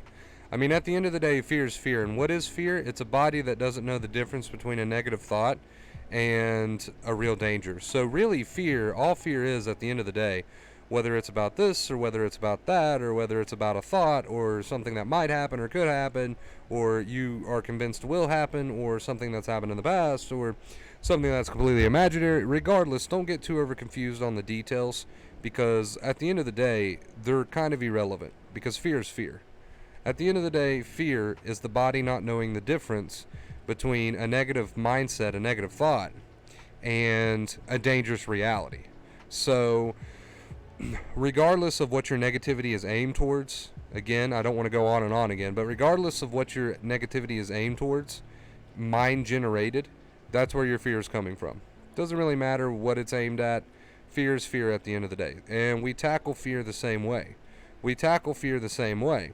And that's by changing the way that we view the world, changing the way that we view our symptoms, right? We tackle fear the same way. Julie! Julie, thank you so much. Julie, thank you so much. Let's get you up there into the stream MVPs now that my keyboard's no longer dead. Thank you so much, Julie, for that. I truly appreciate that. Your name will be re-entered into the tip ticker right above me. You can see it scrolling nice and slow right there for the bragging rights of all of our supporters here on the channel. So thank you guys so much for all that you do. I truly appreciate you guys. Julie, Kappa, who else? Sanchez, thank you guys so much. I appreciate and love you guys from the bottom of my heart. That was tip goal, right? That was tip goal? Thank you guys. Thank you guys so much for that. I appreciate you guys for the tip goal today. I truly do. Thank you. If we could just take a minute out of our day, chat, to let our donators know how grateful and thankful we are for them in the chat. Please spam those emojis, use some hearts, use some smiley faces. Does not matter. Let's spread some positivity and let our donators know that we are thankful and grateful for the support that they show us here on the channel. We truly appreciate it, guys. Again, Sanchez, Kappa, Julie, thank you guys so much for being so generous. I appreciate you guys. Did I spell your name right? Yes, I did. Okay. Tell Faith happy birthday. Will do. Thank you so much, Julie. Copy that, Wonder Bro. Thank you for being here, John. Thank you for choosing me as your go-to source of advice and opinions on this sort of thing. I appreciate it. Is fear truly false evidence appearing real? It is, because here's the thing, guys. In life, there's always two things going on. There's dangers, which are actual threats to your physical well-being, right? And then there's fear. A danger is an actual threat to your physical well-being. So that's like being in a room with a bloodthirsty tiger. That's like being chased by a psychopath with a chainsaw. That's danger. These are dangers. These are things that can kill you, that are very real in the moment. And then there's fear. Fear is mind-generated. Okay, and the body, not knowing the difference between stuff that's mind-generated and stuff that's real, reacts with anxiety, and that's why you find yourself in the spot you find yourself in. Fear is always mind-generated. It is always mind-generated. So when there is fear present, it is coming from the mind. The mind is generating negative thoughts that you're either following or entertaining, or you are consciously yourself choosing to be negative, and therefore the body, not knowing any better, gives you anxiety to protect you. So fear is always mind generated. It's either yourself talking to yourself in a very negative, scary way, or it is you entertaining very negative, scary thoughts. It's always mind generated. Danger is a real threat to your well-being. And if you're actually facing danger, you have no time to overreact because you're too busy acting, right? You're too busy taking care of that danger. Abraham with the $5 dono says, feel the need to exceed the tip goal. Hey, I appreciate you, dude. You didn't have to do that. You guys are too generous. You spoil me. Thank you, guys. I truly appreciate it. Lincoln, let's get you up into the MVPs. Your name will be re-entered into the tip ticker floating above my head here for bragging rights. Thank you so much. I truly appreciate you guys. Thank you for the tip goal. Thank you for exceeding the tip goal. I appreciate you guys. You're too kind. You're too kind. It's awesome to have such a supportive community behind me. I truly do appreciate it. Don't understand why you don't have more subs. We're getting there. We're getting there slowly but surely. 9K right around the corner, then we'll hit that big 10K mark, and it's all thanks to you guys. I appreciate you guys so much. We are getting there. Abraham, woohoo! Broke the tip goal, man. I appreciate you, dude. Tipping the scales over here. Thank you guys. Abraham, Sanchez, Kappa, Julie. Thank you guys so much for your love and support. It means a ton to me. I'm so grateful. I wish I could fully express how grateful I am, but you'll just have to take my word for it. Thank you guys. So yeah, danger and fear, guys. Danger, you're too busy acting if it's a real danger. You're too busy, saving your ass if it's a real danger. If it's fear, it's mind generated. Mind generated. There's nothing wrong with feeling the way that you feel. This is something we've been saying the last few streams. There's nothing wrong with feeling the way that you feel. It only becomes a problem when you start to attach a horror story. Oof.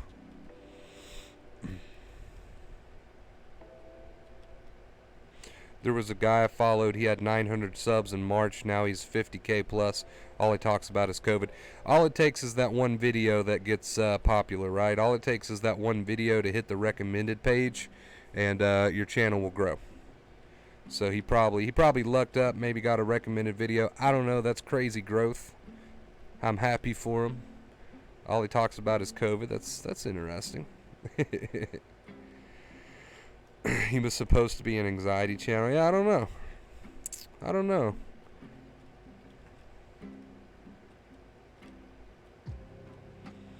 Hey, we're on that grind, chat. We're on that grind. Don't you worry. We're growing every single day. I think we average about 150, 200 subs a month. So we're growing, chat. That's all I know. We're growing. And as long as I've got people that support me and support what I do, I'll continue doing it, right? I'll continue doing it. So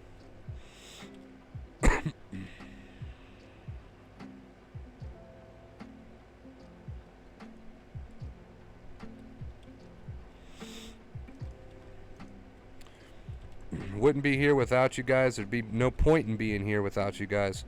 We will be victorious, Jesse.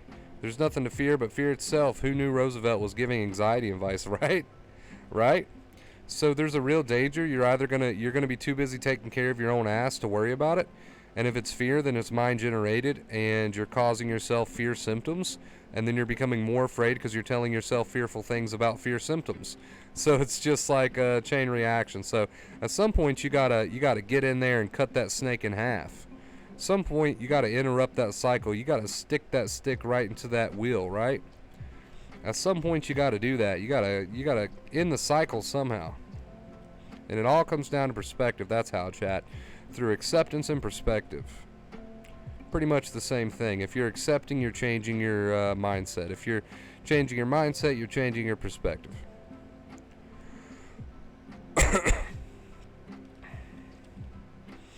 I didn't have a job during my last bout of sensitization. Now, I quit my job and stayed in bed and pissed in bottles for about 6 months. No job. I quit my job, stayed in bed, and pissed in bottles. But I'll tell you what, you might be thinking, well, I wish I could quit my job and lay in bed. No, you don't, because then you're just showing your brain that there's something to be afraid of when there's not. Then you're just making this thing out to be 10 times worse than it has to be. So some people might hear me say that and say, I wish I could have quit my job. Don't say that, because the more you show your brain that you're in danger, which of course I didn't know any of this at the time. This is before I started using acceptance. The more you show your brain that you're in danger by hiding away and doing exactly what I did, my fuck up, I mean, again, I didn't know any better, but yeah, fucked up, quit my job, showed my brain that there was something to be afraid of, so it kept giving me more anxiety. I entertained negative, intrusive thoughts all day. I talked to myself very negatively, and I didn't do anything, which showed my brain that there was something to be afraid of because I hid away all day. So, made it 10 times worse than it had to be. Made it 10 times worse than it had to be. So, don't quit your job.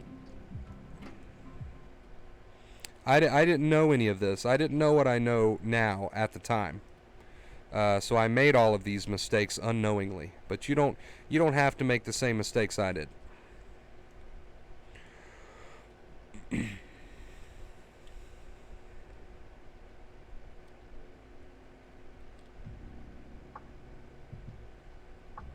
Yeah, bro. I'm personally, I'm getting sick of hearing about COVID. Jesus Christ. You know. Hey, you'll never attract better for yourself if you're always focused on the negatives. You will never attract better for yourself if you're always focused on the negatives. Being focused on the negatives in your life does not change the negatives. And that's a very simple concept, but it's one that a lot of people don't seem to understand. Focusing on the negatives into your life doesn't change them, doesn't do anything with them. Just puts you in a more stressed out, worried state, right? Obviously, you should take safety precautions. Obviously, you should follow expert advice about the whole COVID thing, but worrying about it and thinking about it's not going to change it. And that applies to everything, right? That's a very basic piece of advice. That applies to everything, but it's a very basic piece of advice that gets overlooked a lot. Worry pretends to be so useful and so important, but it's really not. It's really not. Hey, your job won't get any easier, John, but as your perspective starts to change and as you start to practice dropping second fear, it will feel like it's getting easier. Does that make sense? Because you've changed, the things that you have to deal with in your life and do in your life will become easier. What's up to the chat? Hey, MD, what's up, dude? Hope you're having a good day. See y'all later. See you, Julie. Thank you so much for your love and support. Appreciate you.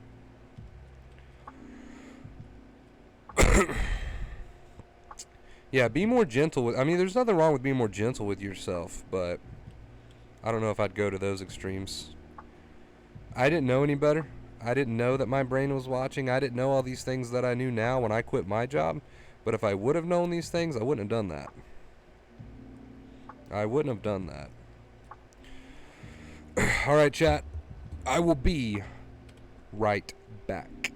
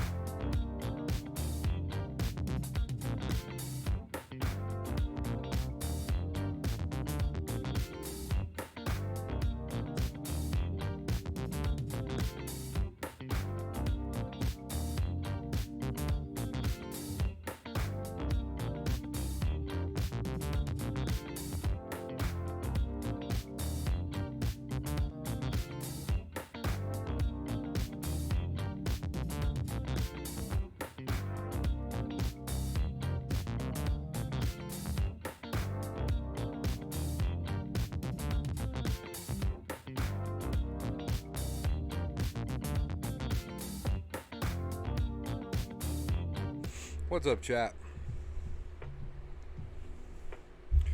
Pardon the interruption.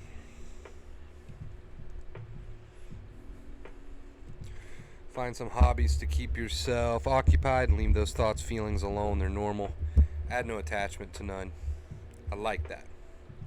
That was a good summary.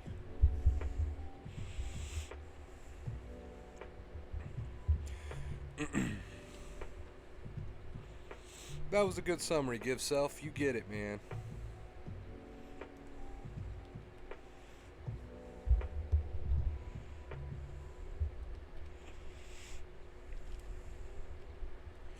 Show your brain that even though you know it's trying to help by protecting you, it's not needed. Exactly.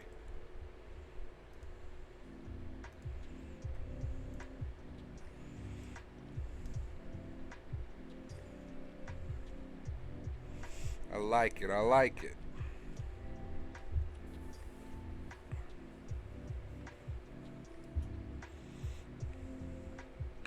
I had to get some food, chat.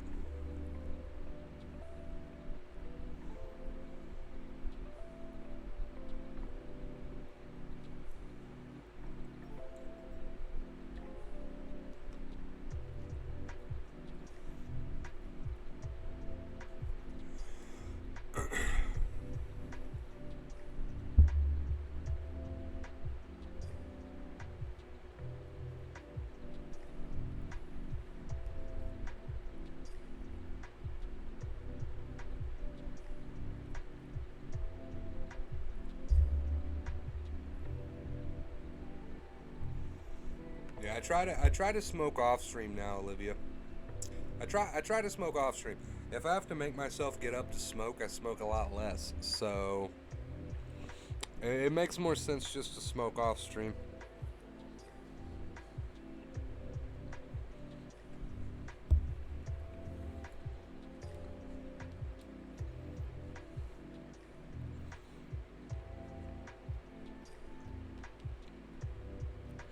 Time to eat. What do you have in MD?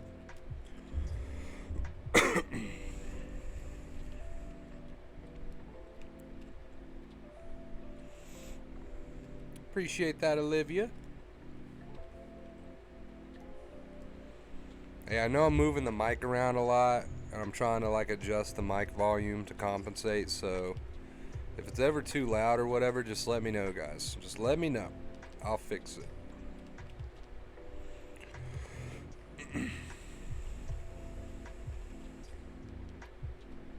Just got a book, Hope and Help for Your Nerves. Let's see, all the best from Finland. You didn't just get a book, man. You got the book. You got the book. All right, I'm here to tell you.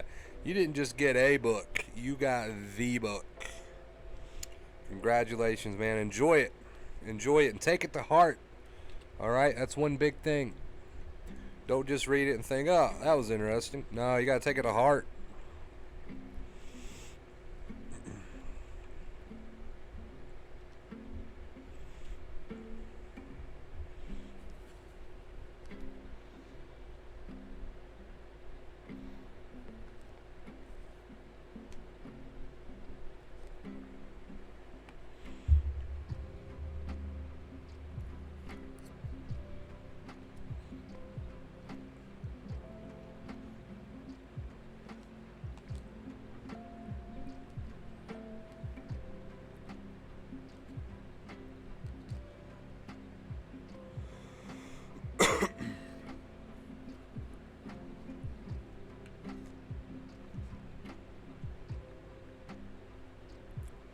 Dr. Claire Weeks was a lifesaver, but her advice won't do you any good unless you use it, right? Same thing with my, same thing with my videos, my streams. This is all great stuff to learn. We're planting the seeds, but you gotta water those seeds.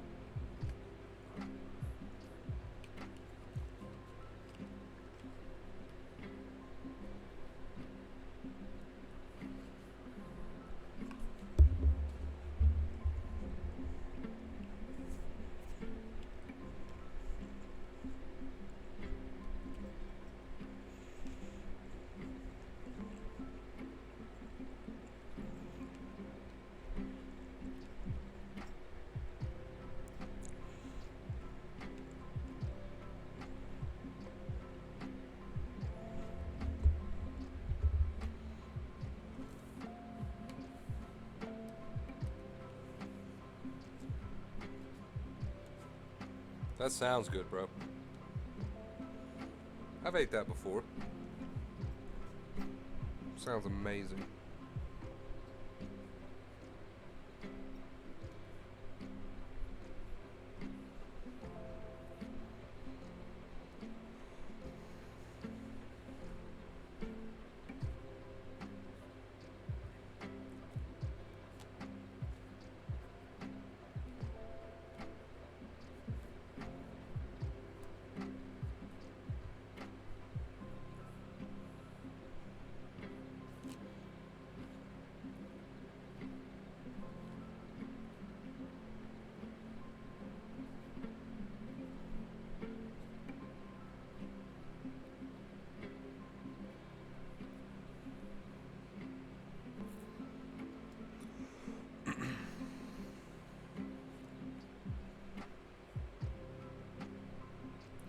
I've been really using this method and seeing results. That's awesome, dude. Keep it up. I apologize. We're having a bit of a lunch break here, chat. Hey, man, what's up? Welcome to the stream. We're just chilling. Nah, bro, I love syrup on eggs. It's so good.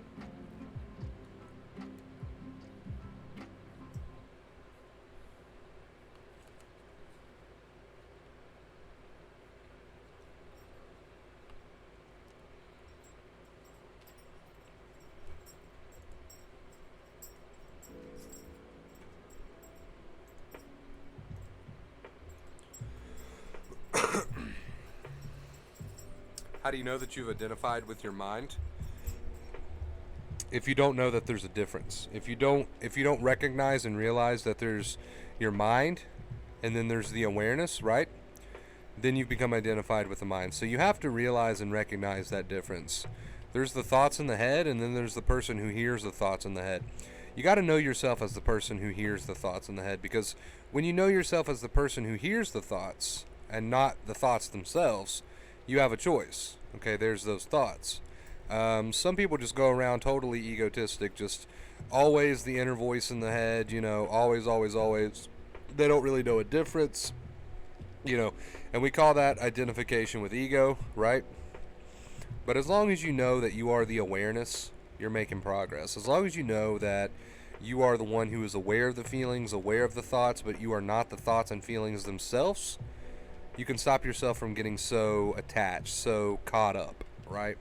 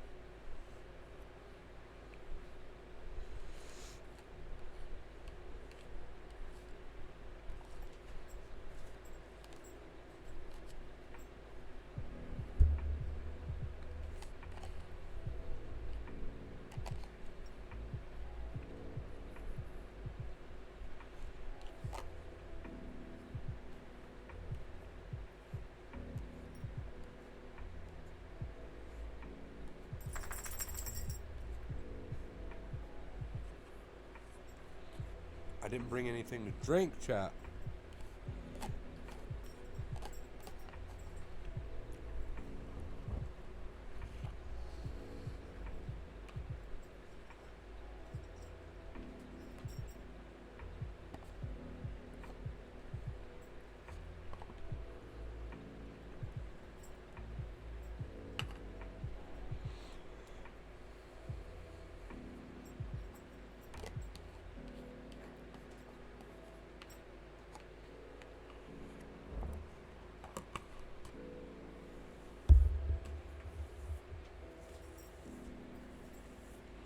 Make sure the beard's clean.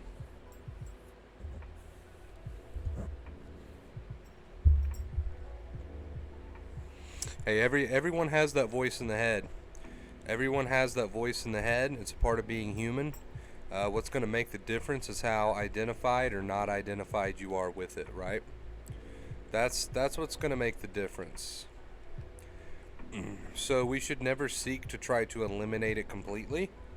Maybe that'll happen as a result of enough practice, but it'll always still kind of be there. The ego will always still have its little bit of pull there.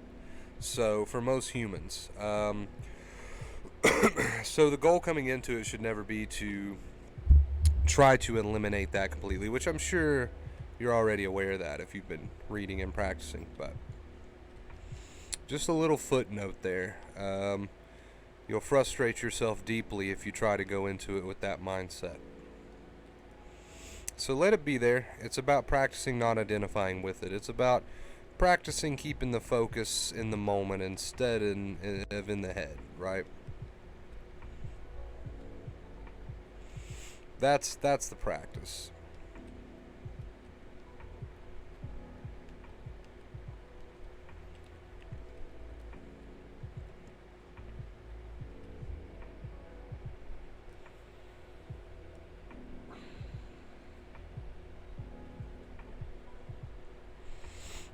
Now I'm all burpy.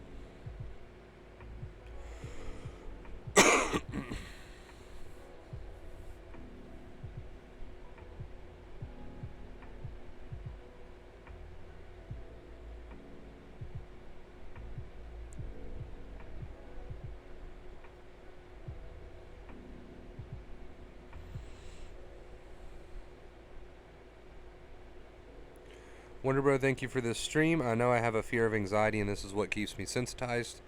Even a thought that the symptoms may come is so scary, and it gives me anxiety. I fear on when the symptoms are going to show up and how strong they will be. So there's still a lot of second fear there. And there's a lot of fear of the symptoms, which is second fear. It's more or less the same thing. So you know the cause of your sensitization. Now you know why you stay in this stressed out state. Now you know why the nerves don't really catch a break. So that's a great start. It's a great start that you realize that and that you accept that as reality. So now what we got to work on is allowing ourselves to feel the symptoms while we actively change our relationship with them, right? And you can do this by really observing them, by accepting them, and really becoming the observer and asking yourself, what was so bad about this all along? Or why was I so scared of this? Let me actually take a look at it here for a minute. Or why was I always running away from this? Why did I let this control me for so long? Let's actually take just a second to really stop and look at it very closely for what it is instead of what my mind has always made it out to be for so long.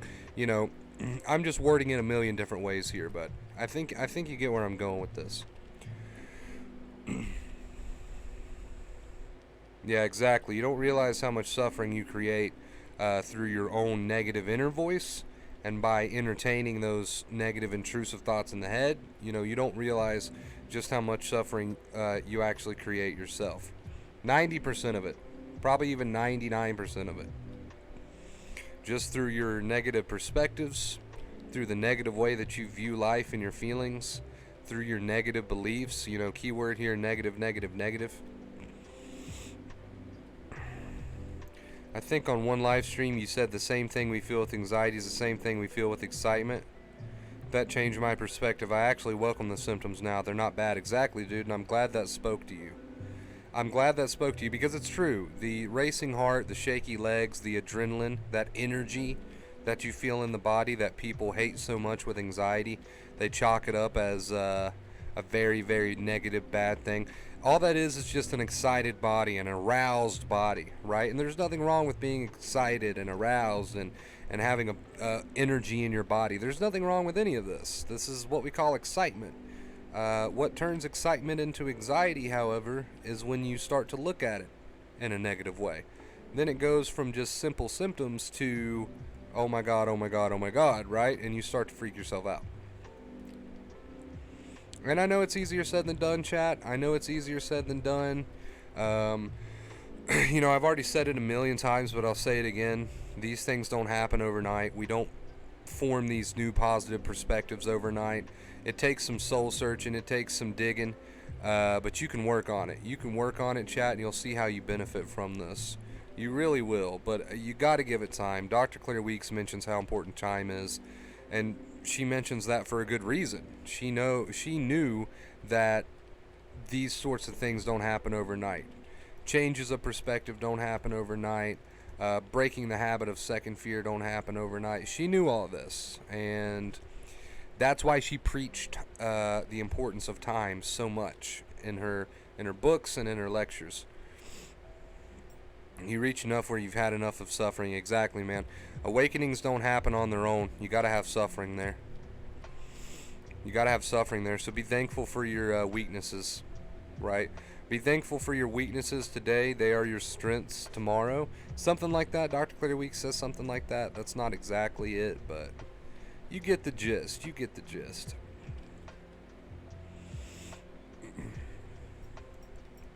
You know, you got to think about it like this, chat.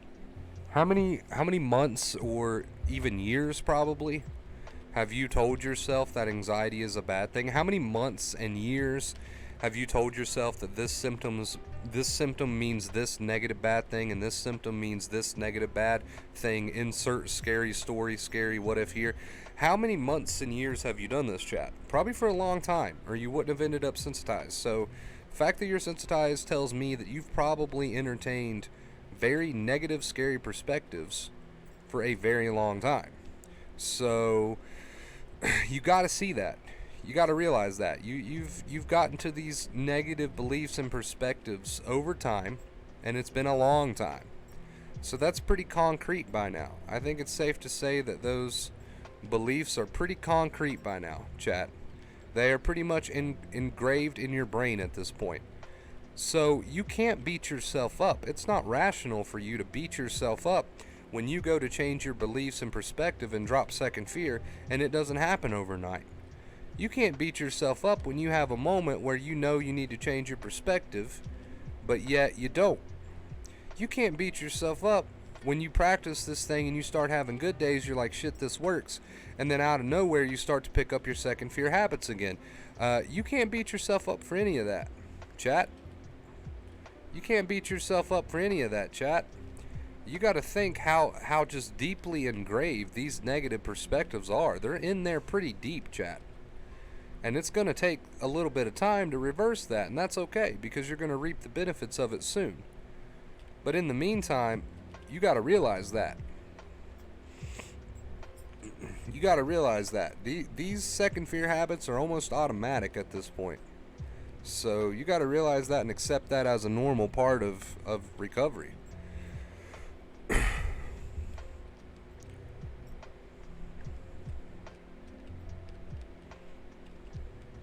Elliot, what's up, dude? Hope you're having a good day.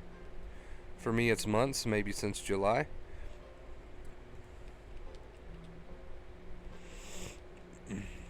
Yeah, I mean, that's my point, man. That's my point. You've accidentally, you didn't know any better, but you've accidentally entertained these very negative perspectives, these second fear perspectives, for a very long time, and they're in there. They're engraved at this point. So it's going to take some time to reverse that. And there's nothing wrong with that. There's nothing wrong with that.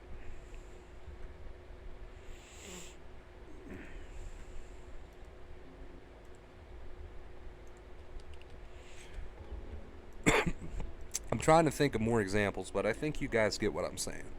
I think you get what I'm saying. I mean, if you've ever, if your parents ever taught you something growing up that became a firm belief for you because you were taught that. You were taught that by your parents. You had it drilled into your head. That's just what you were taught to believe.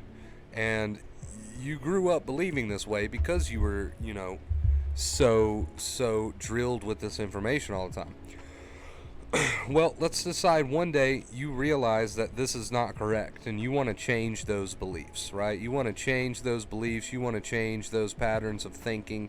It would take some time, right? Because your whole life you grew up thinking that this was right, that this is how you should feel, and that this is how you should think about this subject and this subject. And for so long you believe that. And when you start to question your own beliefs, it doesn't happen overnight.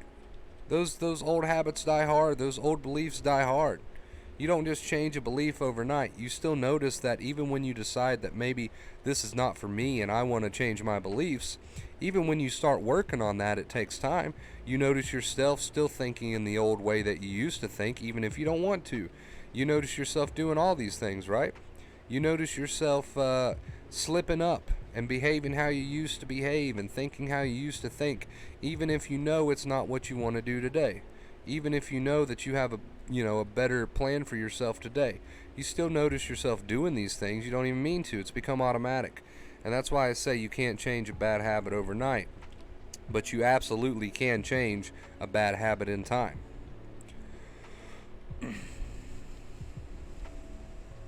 And the sooner you start doing this, the sooner you'll start to feel some relief, chat. I'm not saying it's going to take you years. It's not going to take you years. Alright, I'm just saying it's going to take some time for this to become concrete. It's going to take some time for your new perspectives to become concrete. I'm not saying that relief won't come until years down the road. No, relief will come really soon. Sooner rather than later. Relief will actually start to come pretty quickly when you start dropping second fear, right? Relief will come pretty quickly, but in order for these new perspectives to become concrete, it takes time. You have to be committed. Yeah, I agree. I was a teenager, but now I'm getting better. I'm really thankful I found Wonder Bro. I don't know where I would be without him. Hey, man, I appreciate that. It's my pleasure.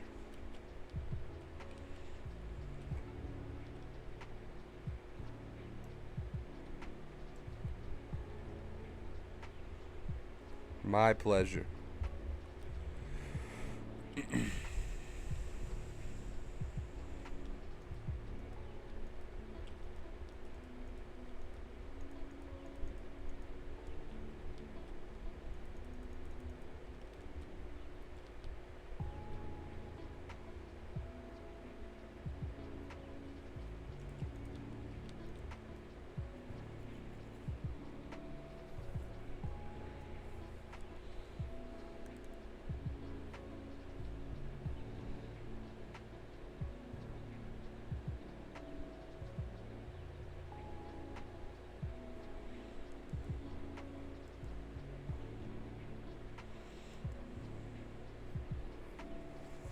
Hey, a thought is only as powerful as the attention you give it. I find lack of sleep makes anxiety 10 times worse. Sleep in your advice is what heals. Yeah, so I mean, lack of sleep can be hard. Sleep can be hard to come by, though, if you're severely sensitized. So you got to start somewhere. You need to start with the advice, and then the sleep will follow, right? You can't force yourself to sleep, and the more you try to, the harder it is. So it's very common for sensitized people to have lack of sleep, and it's impossible to force sleep. So don't start with trying to fix your sleep. Start with using the advice, and then you'll experience some relief, and as a result you'll be able to sleep better and better as time goes on, right?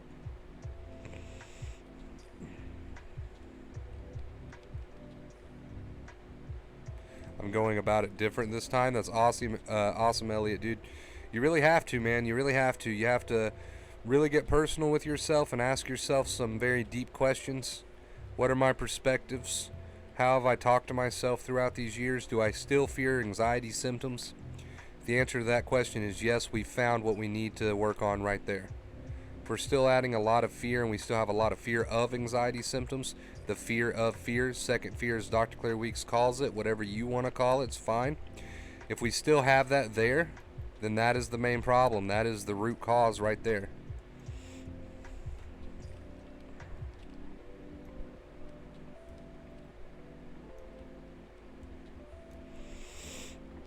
How many, very, very few people can actually answer that question honestly. But you really have to. You got to get personal with yourself, and you have to be honest with yourself. Do you still fear anxiety symptoms? If there is a hint of yes there, then we need to continue to work towards this, right? Exactly. It depends on the attention you give it. A thought can be about whatever a thought wants to be about, but it cannot grow and it cannot thrive without your conscious attention put on it, right? It can be there in the background while you keep the attention in the moment, which is what you need to practice. But yeah, regardless of context, thought is a thought. Gord, what's up? Hi, Wonder Bro. How's it going? It's going good, man. I'm just chilling. How you doing, Gord? Welcome to the stream, dude. Hey, man, chat. I appreciate you guys. Okay, I just want to take a moment to say I appreciate you guys, chat. I think about it a lot. I think about how lucky I am and how grateful I am to have such an awesome community of people behind me that support what I do, that listen to what I have to say. It truly is an honor. I just wanted to say that. Appreciate all the love, appreciate all the support.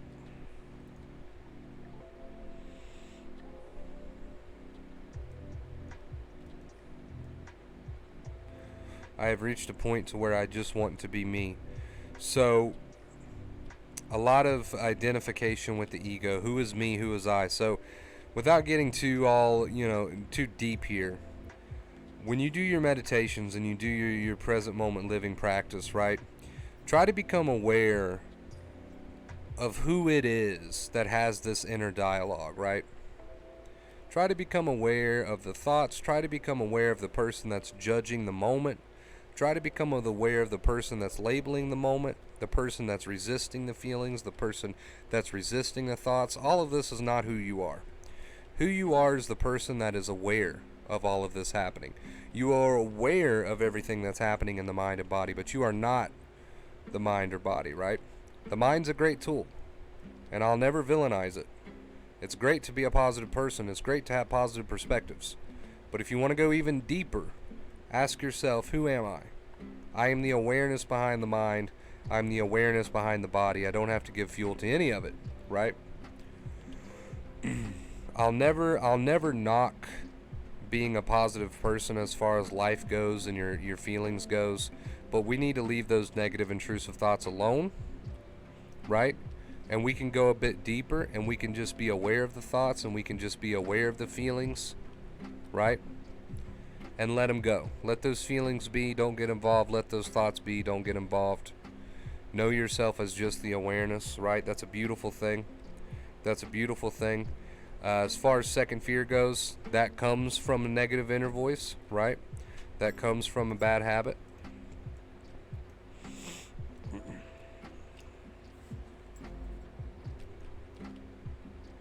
Just consciousness, exactly. You got it. You got it.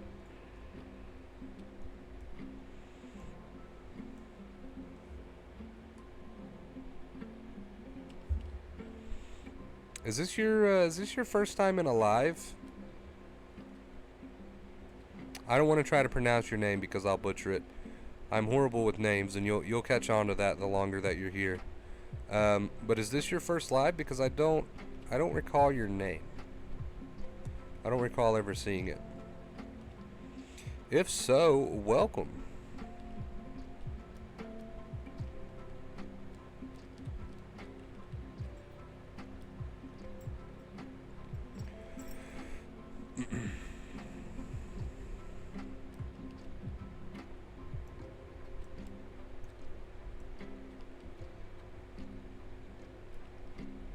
It's your first live? Well, hey, feel free to subscribe. Feel free to subscribe. We'd love to have you. Anybody watching this right now or in the future that's kind of undecided if you want to subscribe or not, hit that subscribe button. This is your sign. This is your sign to go ahead and subscribe.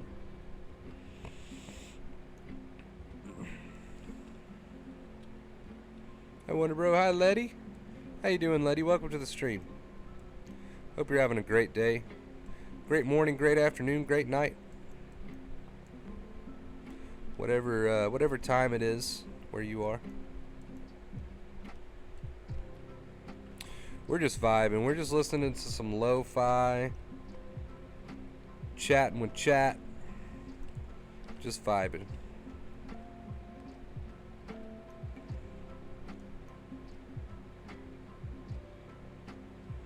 My comments are showing yes.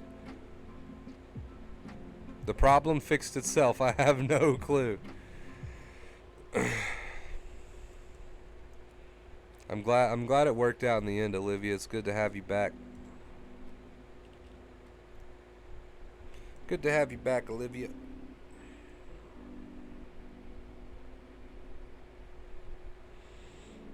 Hope everybody's having a good day.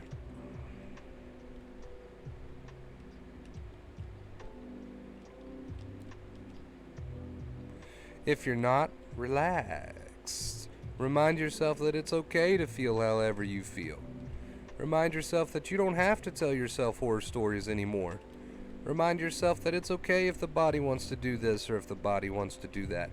Remind yourself that you're not in any danger. The body's just expressing itself in the way that it's expressing itself, and that's fine. It doesn't mean anything. Remind yourself that it's okay to feel however you feel, and let's just vibe together right now, alright? If you're having a rough day, this is supposed to be like ocean waves, okay? We're just going to vibe together. We're just going to surf those waves together today, alright?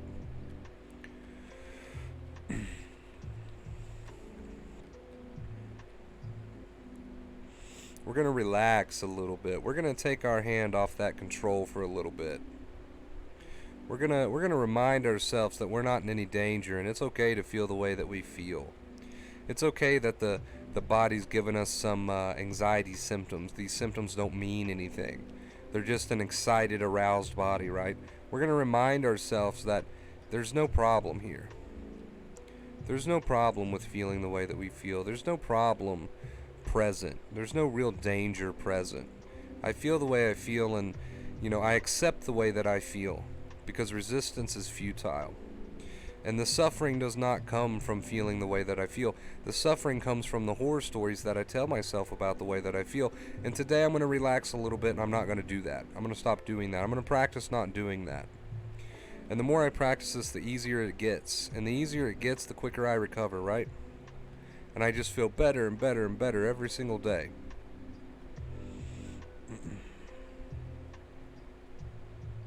The more I practice this, the easier it gets, the quicker I recover.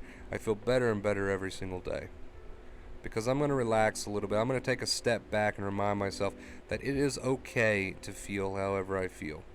It only becomes a problem when I make it into a problem. Oof, that's a sweet one right there. It only becomes a problem when I make it into a problem. Otherwise, feelings my feelings, and having thoughts visit me are not a problem. I can make them into a problem if I wish to do so, but I'm going to give myself a break, and I'm not going to do that anymore, right? I went on and on and on there, but these are all just examples of ways that you could talk to yourself, the ways that you could view this. See, these are far more truthful, rational, logical ways for you to react to the feelings that you feel and the thoughts that you have. These are far more truthful, rational, and positive ways to react to the feelings that you have and the thoughts that come and visit you. These are all just examples, chat, but it's a personal journey. I need you to dig deep, and I need you to see what works for you. I need to see how you can look at your symptoms in a different way.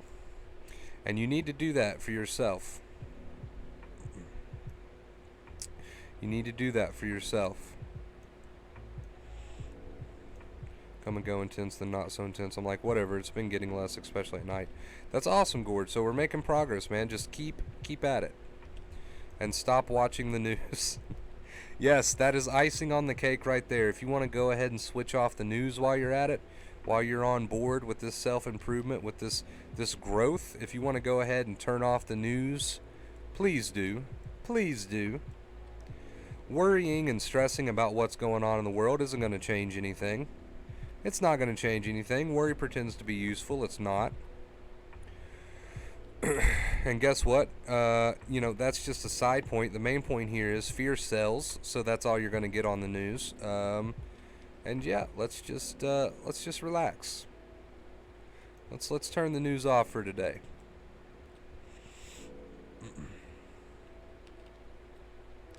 How do you know you have identified with the body? Is it the emotions you feel? So you can feel emotions. That doesn't mean you're identified.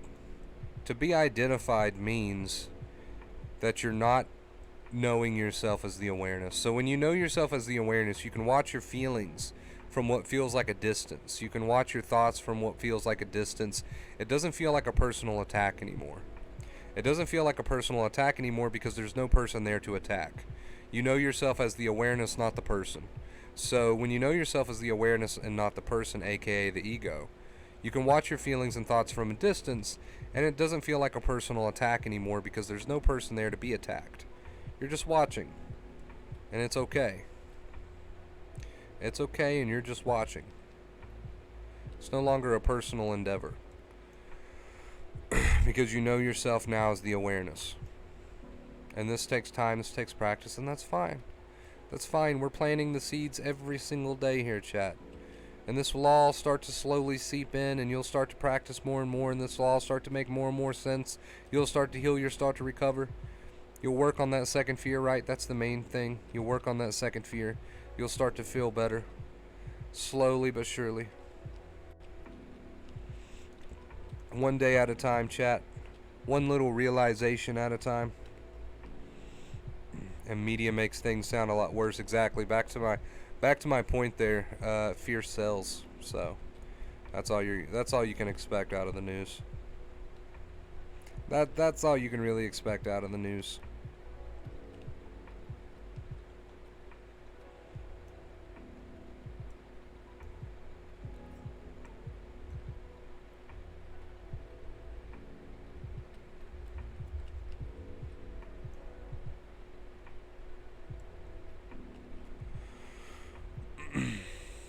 Alright, chat, I will be right back. I'm going to grab me something to drink. I didn't get something to drink with my my food. I should have done that. So I'm going to grab something to drink. I'm going to smoke a cigarette real quick, and I will be right back with you, chat. Appreciate all the love and support.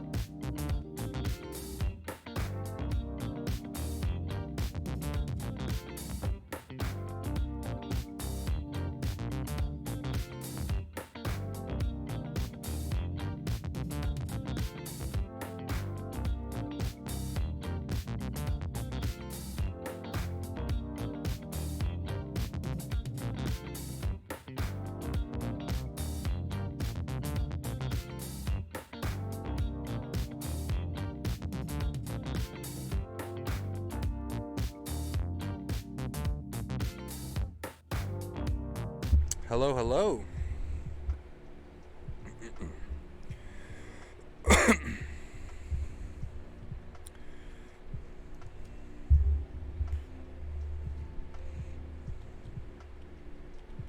I know exactly when I identify with my thoughts. It's when I hear the voice in my head. No. So, hearing the voice in your head, hearing the thoughts in your head, doesn't mean you're identified with them. And if you try to come at it from that point of view, you're going to have a very, very frustrating time. To hear the voice in your head, to hear the thoughts in your head, does not mean you're identified with them. You become identified with them when you see them as who you are, instead of just being aware of them. When you see them as something meaningful, as a part of who you are, right? Instead of just seeing the feelings and thoughts as passing clouds, you reach out and you touch every single bit of it, and you get involved with every single bit of it, and you just talk back with it, and you fall down that rabbit hole, and you hold this very negative inner dialogue with yourself, right? That is identification. So you will always be aware of the thoughts in your head. That doesn't make you identified. To try to stop the stream of thought completely by force is going to be a very frustrating task for you, and almost an impossible one. So just because you hear the thoughts in your head doesn't mean you're identified. Just because you feel the feelings in your body doesn't mean you're identified. You only become identified when you, instead of seeing the thoughts and feelings like passing clouds, you see them as who you are. You become them. You're totally sucked in instead of just being aware. That's when you become identified, when you get completely sucked in instead of just being aware. That's what we call being identified. So you'll always be able to hear the thoughts in your head. You'll always be able to feel your feelings. That has nothing to do with identification, right? You become identified when you get completely sucked in instead of just watching them like passing clouds. You need to just be aware of them and watch them like passing clouds. That's the practice of awareness. That is knowing yourself as awareness. That is being awareness. It's only when you get completely sucked in and reach out and grab all these thoughts and feelings instead of just being aware of them that you become identified. That is being identified.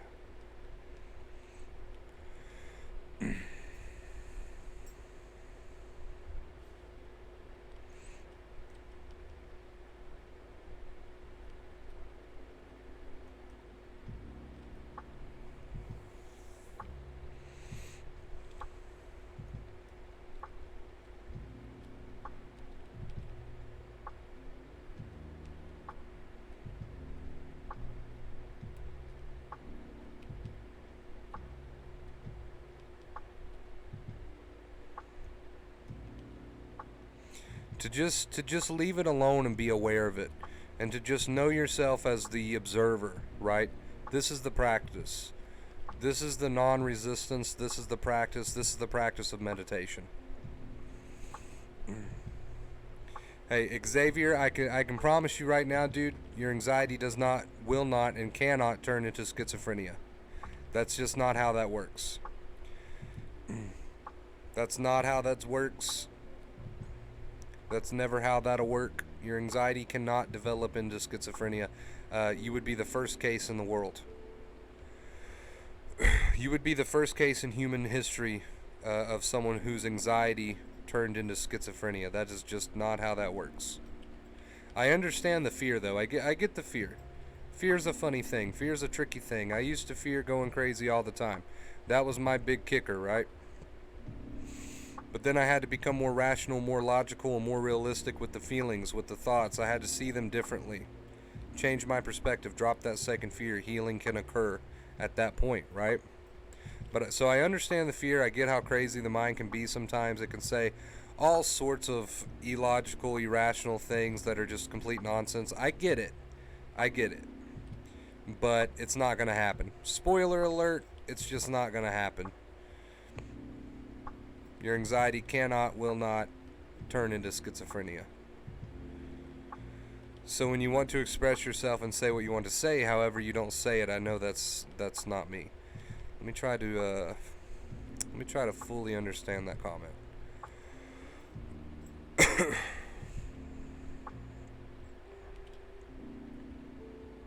Okay, I get what you're saying. The voice in the head. So you hear the voice in the head. The ego jumps in, right? Let's put you into an egotistical situation here where your ego, aka the negative voice in the head, jumps in and says, this person did me wrong, and blah, blah, blah. You get these thoughts that say these things, these intrusive negative thoughts that say these things, all comes from the ego. Instead of saying those things and acting on those things, you can just be aware of those things, right?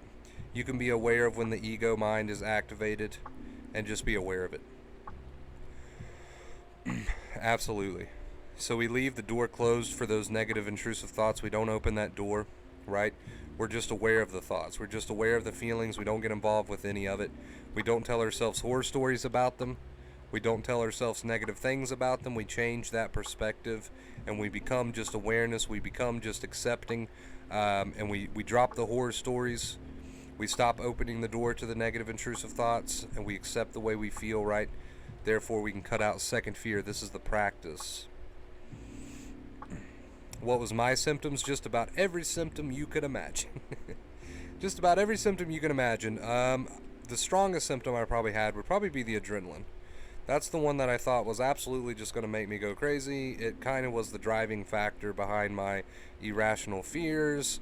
So I really had to work on changing my perspective towards that symptom in particular.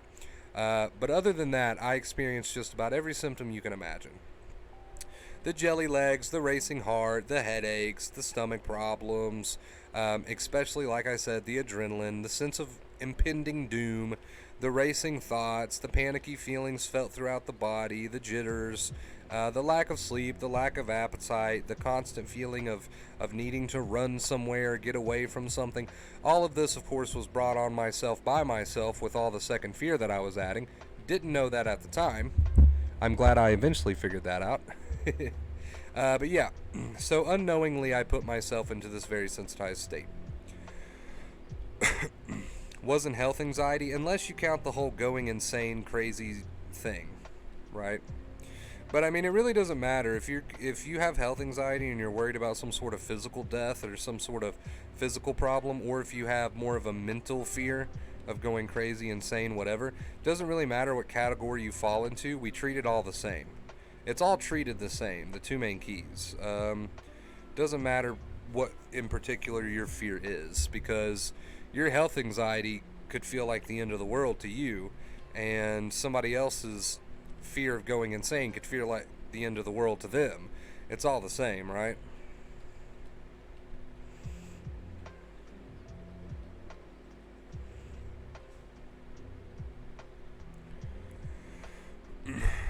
No problem, Xavier. I hope I'm saying your name right.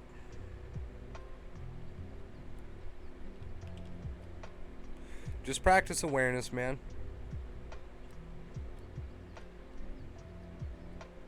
Stops me from taking action. Yeah, the ego mind's good at that.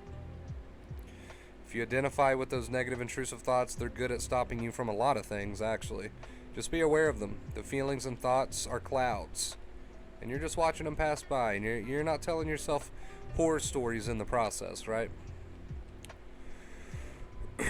I like that, Gord. I like that. Yeah, PJ, that's all anxiety does. I mean, anxiety is fear. Fear can't harm you. Fear just scares you. It doesn't harm you. Fear is not dangerous in any way, shape, or form. So, basically, you nailed it. Anxiety literally just scares you repeatedly and never does anything to you. Yeah, it never does anything to you. Believe me, I've been right there. I have thought many, many times that today was the day. Nothing ever happens. So, spoiler alert, I hate to ruin the ending for you, but your anxiety and panic will never cause anything to happen. You'll never die from it. You'll never go insane from it.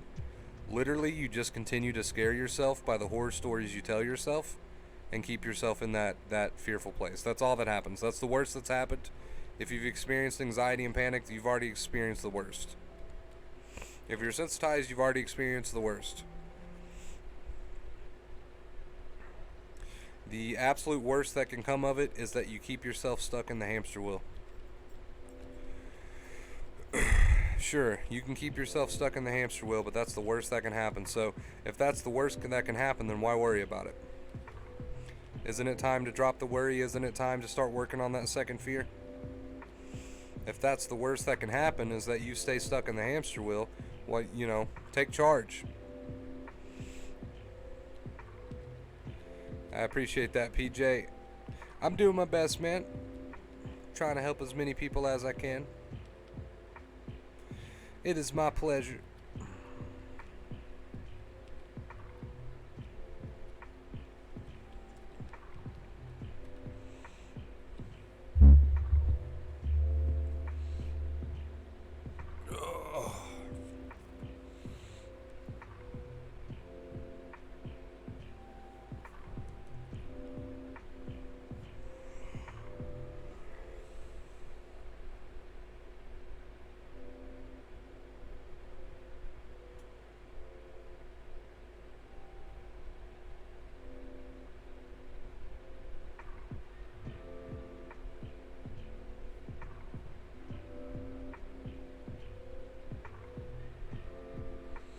The end goal is that we're trying to drop our fear of anxiety, guys. Your main problem right now is that you fear fear. And as long as you fear fear, there's going to be some second fear there. So our main goal and our main objective should be to eliminate fear of fear. How do we do that? By allowing ourselves to experience it and changing our relationship towards it. That should always be our main goal here, as far as anxiety is concerned.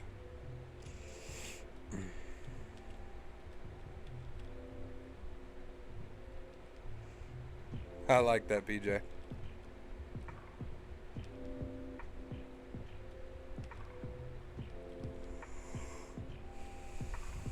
Yeah, so our main goal should always be to eliminate our fear of fear, because that's second fear, and that's why we're in the, you know, you're in the sensitized boat. That's why you're in the position that you're in. So our main goal should always be that. That should always be our main focus, to eliminate that fear of fear. How do we do that? Through acceptance, right? Through changing our perspective, aka changing our relationship towards fear. It's really hard to change your relationship towards fear if you're not using acceptance, because you never give yourself a chance to experience it without running from it and fighting with it, right? You never give yourself a chance to change your relationship with it if you're always fighting with it and running from it.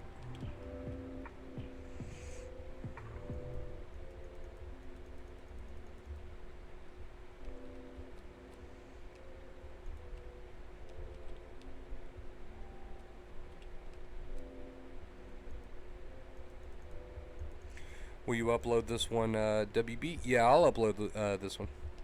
That was a pretty good stream. The only streams, like 90% of our streams get uploaded. The only streams that I don't upload are the ones that I feel like are not beneficial enough for the channel, right? Like they don't have much rewatch value. Those I won't upload, but 90% of them do get uploaded. If you ever miss one and notice it didn't get uploaded, I promise you didn't miss anything. Like obviously I felt like it wasn't good enough to upload, so you didn't miss anything.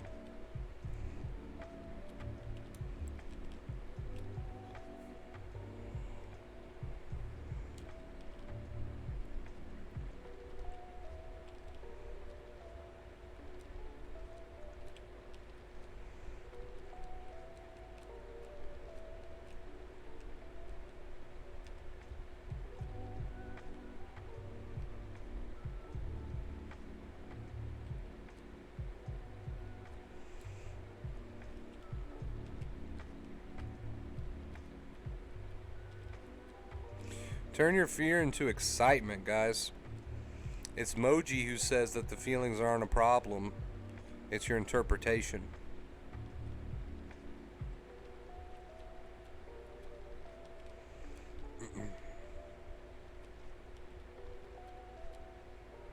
I would say so, Xavier.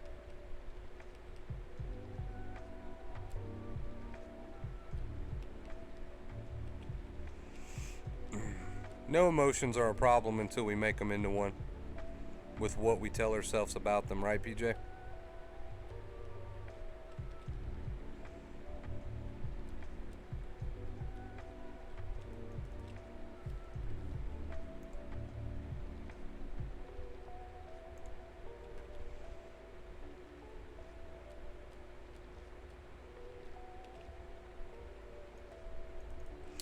Alan Watts, who says, don't turn away from fear.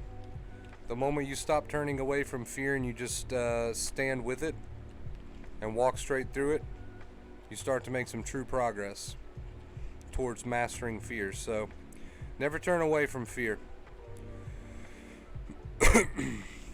Fear can be a strong emotion, and I guess that's why a lot of people do turn away from it.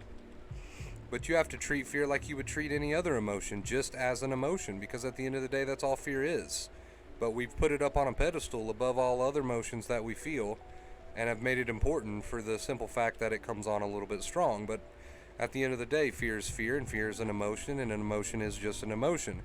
We've only took it and we've put it up on a pedestal that it doesn't really deserve. So we've got to start changing our relationship towards it.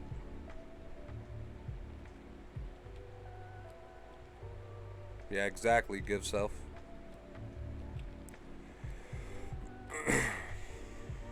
It's because, we put fear on a pedestal because of how wrongly we've thought about it for so long.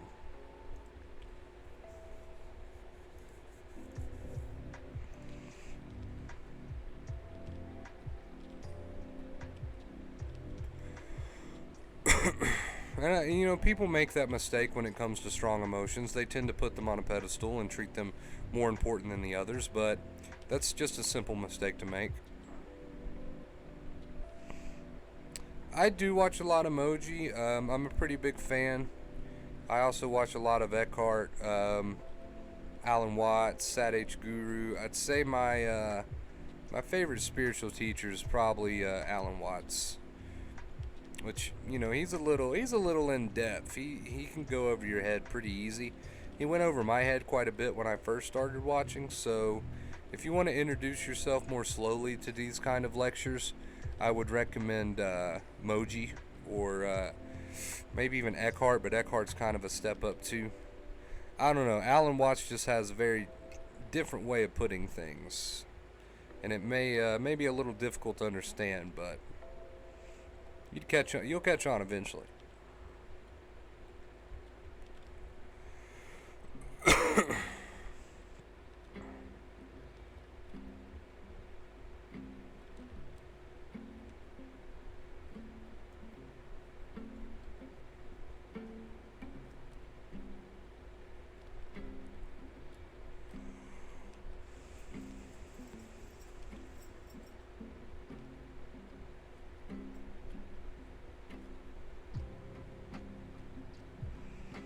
You would in time, Olivia. You definitely would in time. I didn't at first either.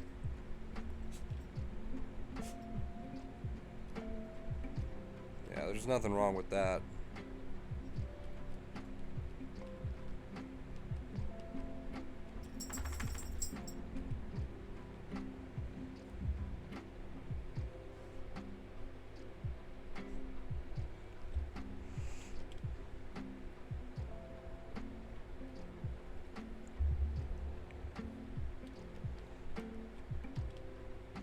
Too in depth, like it was simple.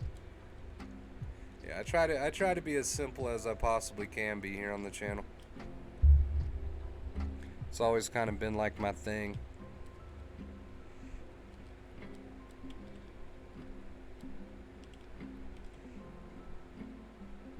I don't even think they mean to be as in depth as they are. It just kind of happens. Like, you just come at it from this place of being present, and these words just kind of start to flow.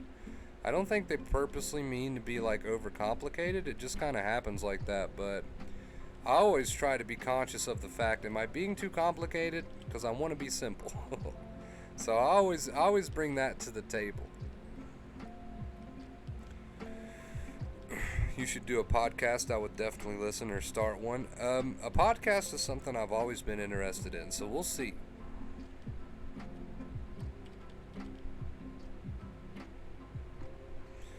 Yeah, PJ, tired mind, tired body. The mind starts to wander a bit more than it normally would, right?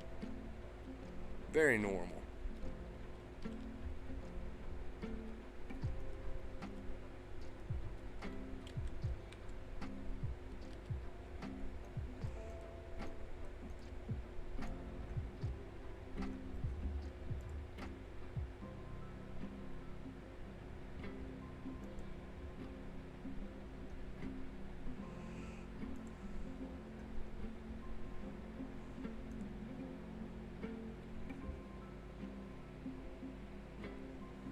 All right, you guys, we're about wow, we already surpassed 3 hours into this. All right, we're going to go ahead and shut this down here, guys. 3 hours, that is a very long stream.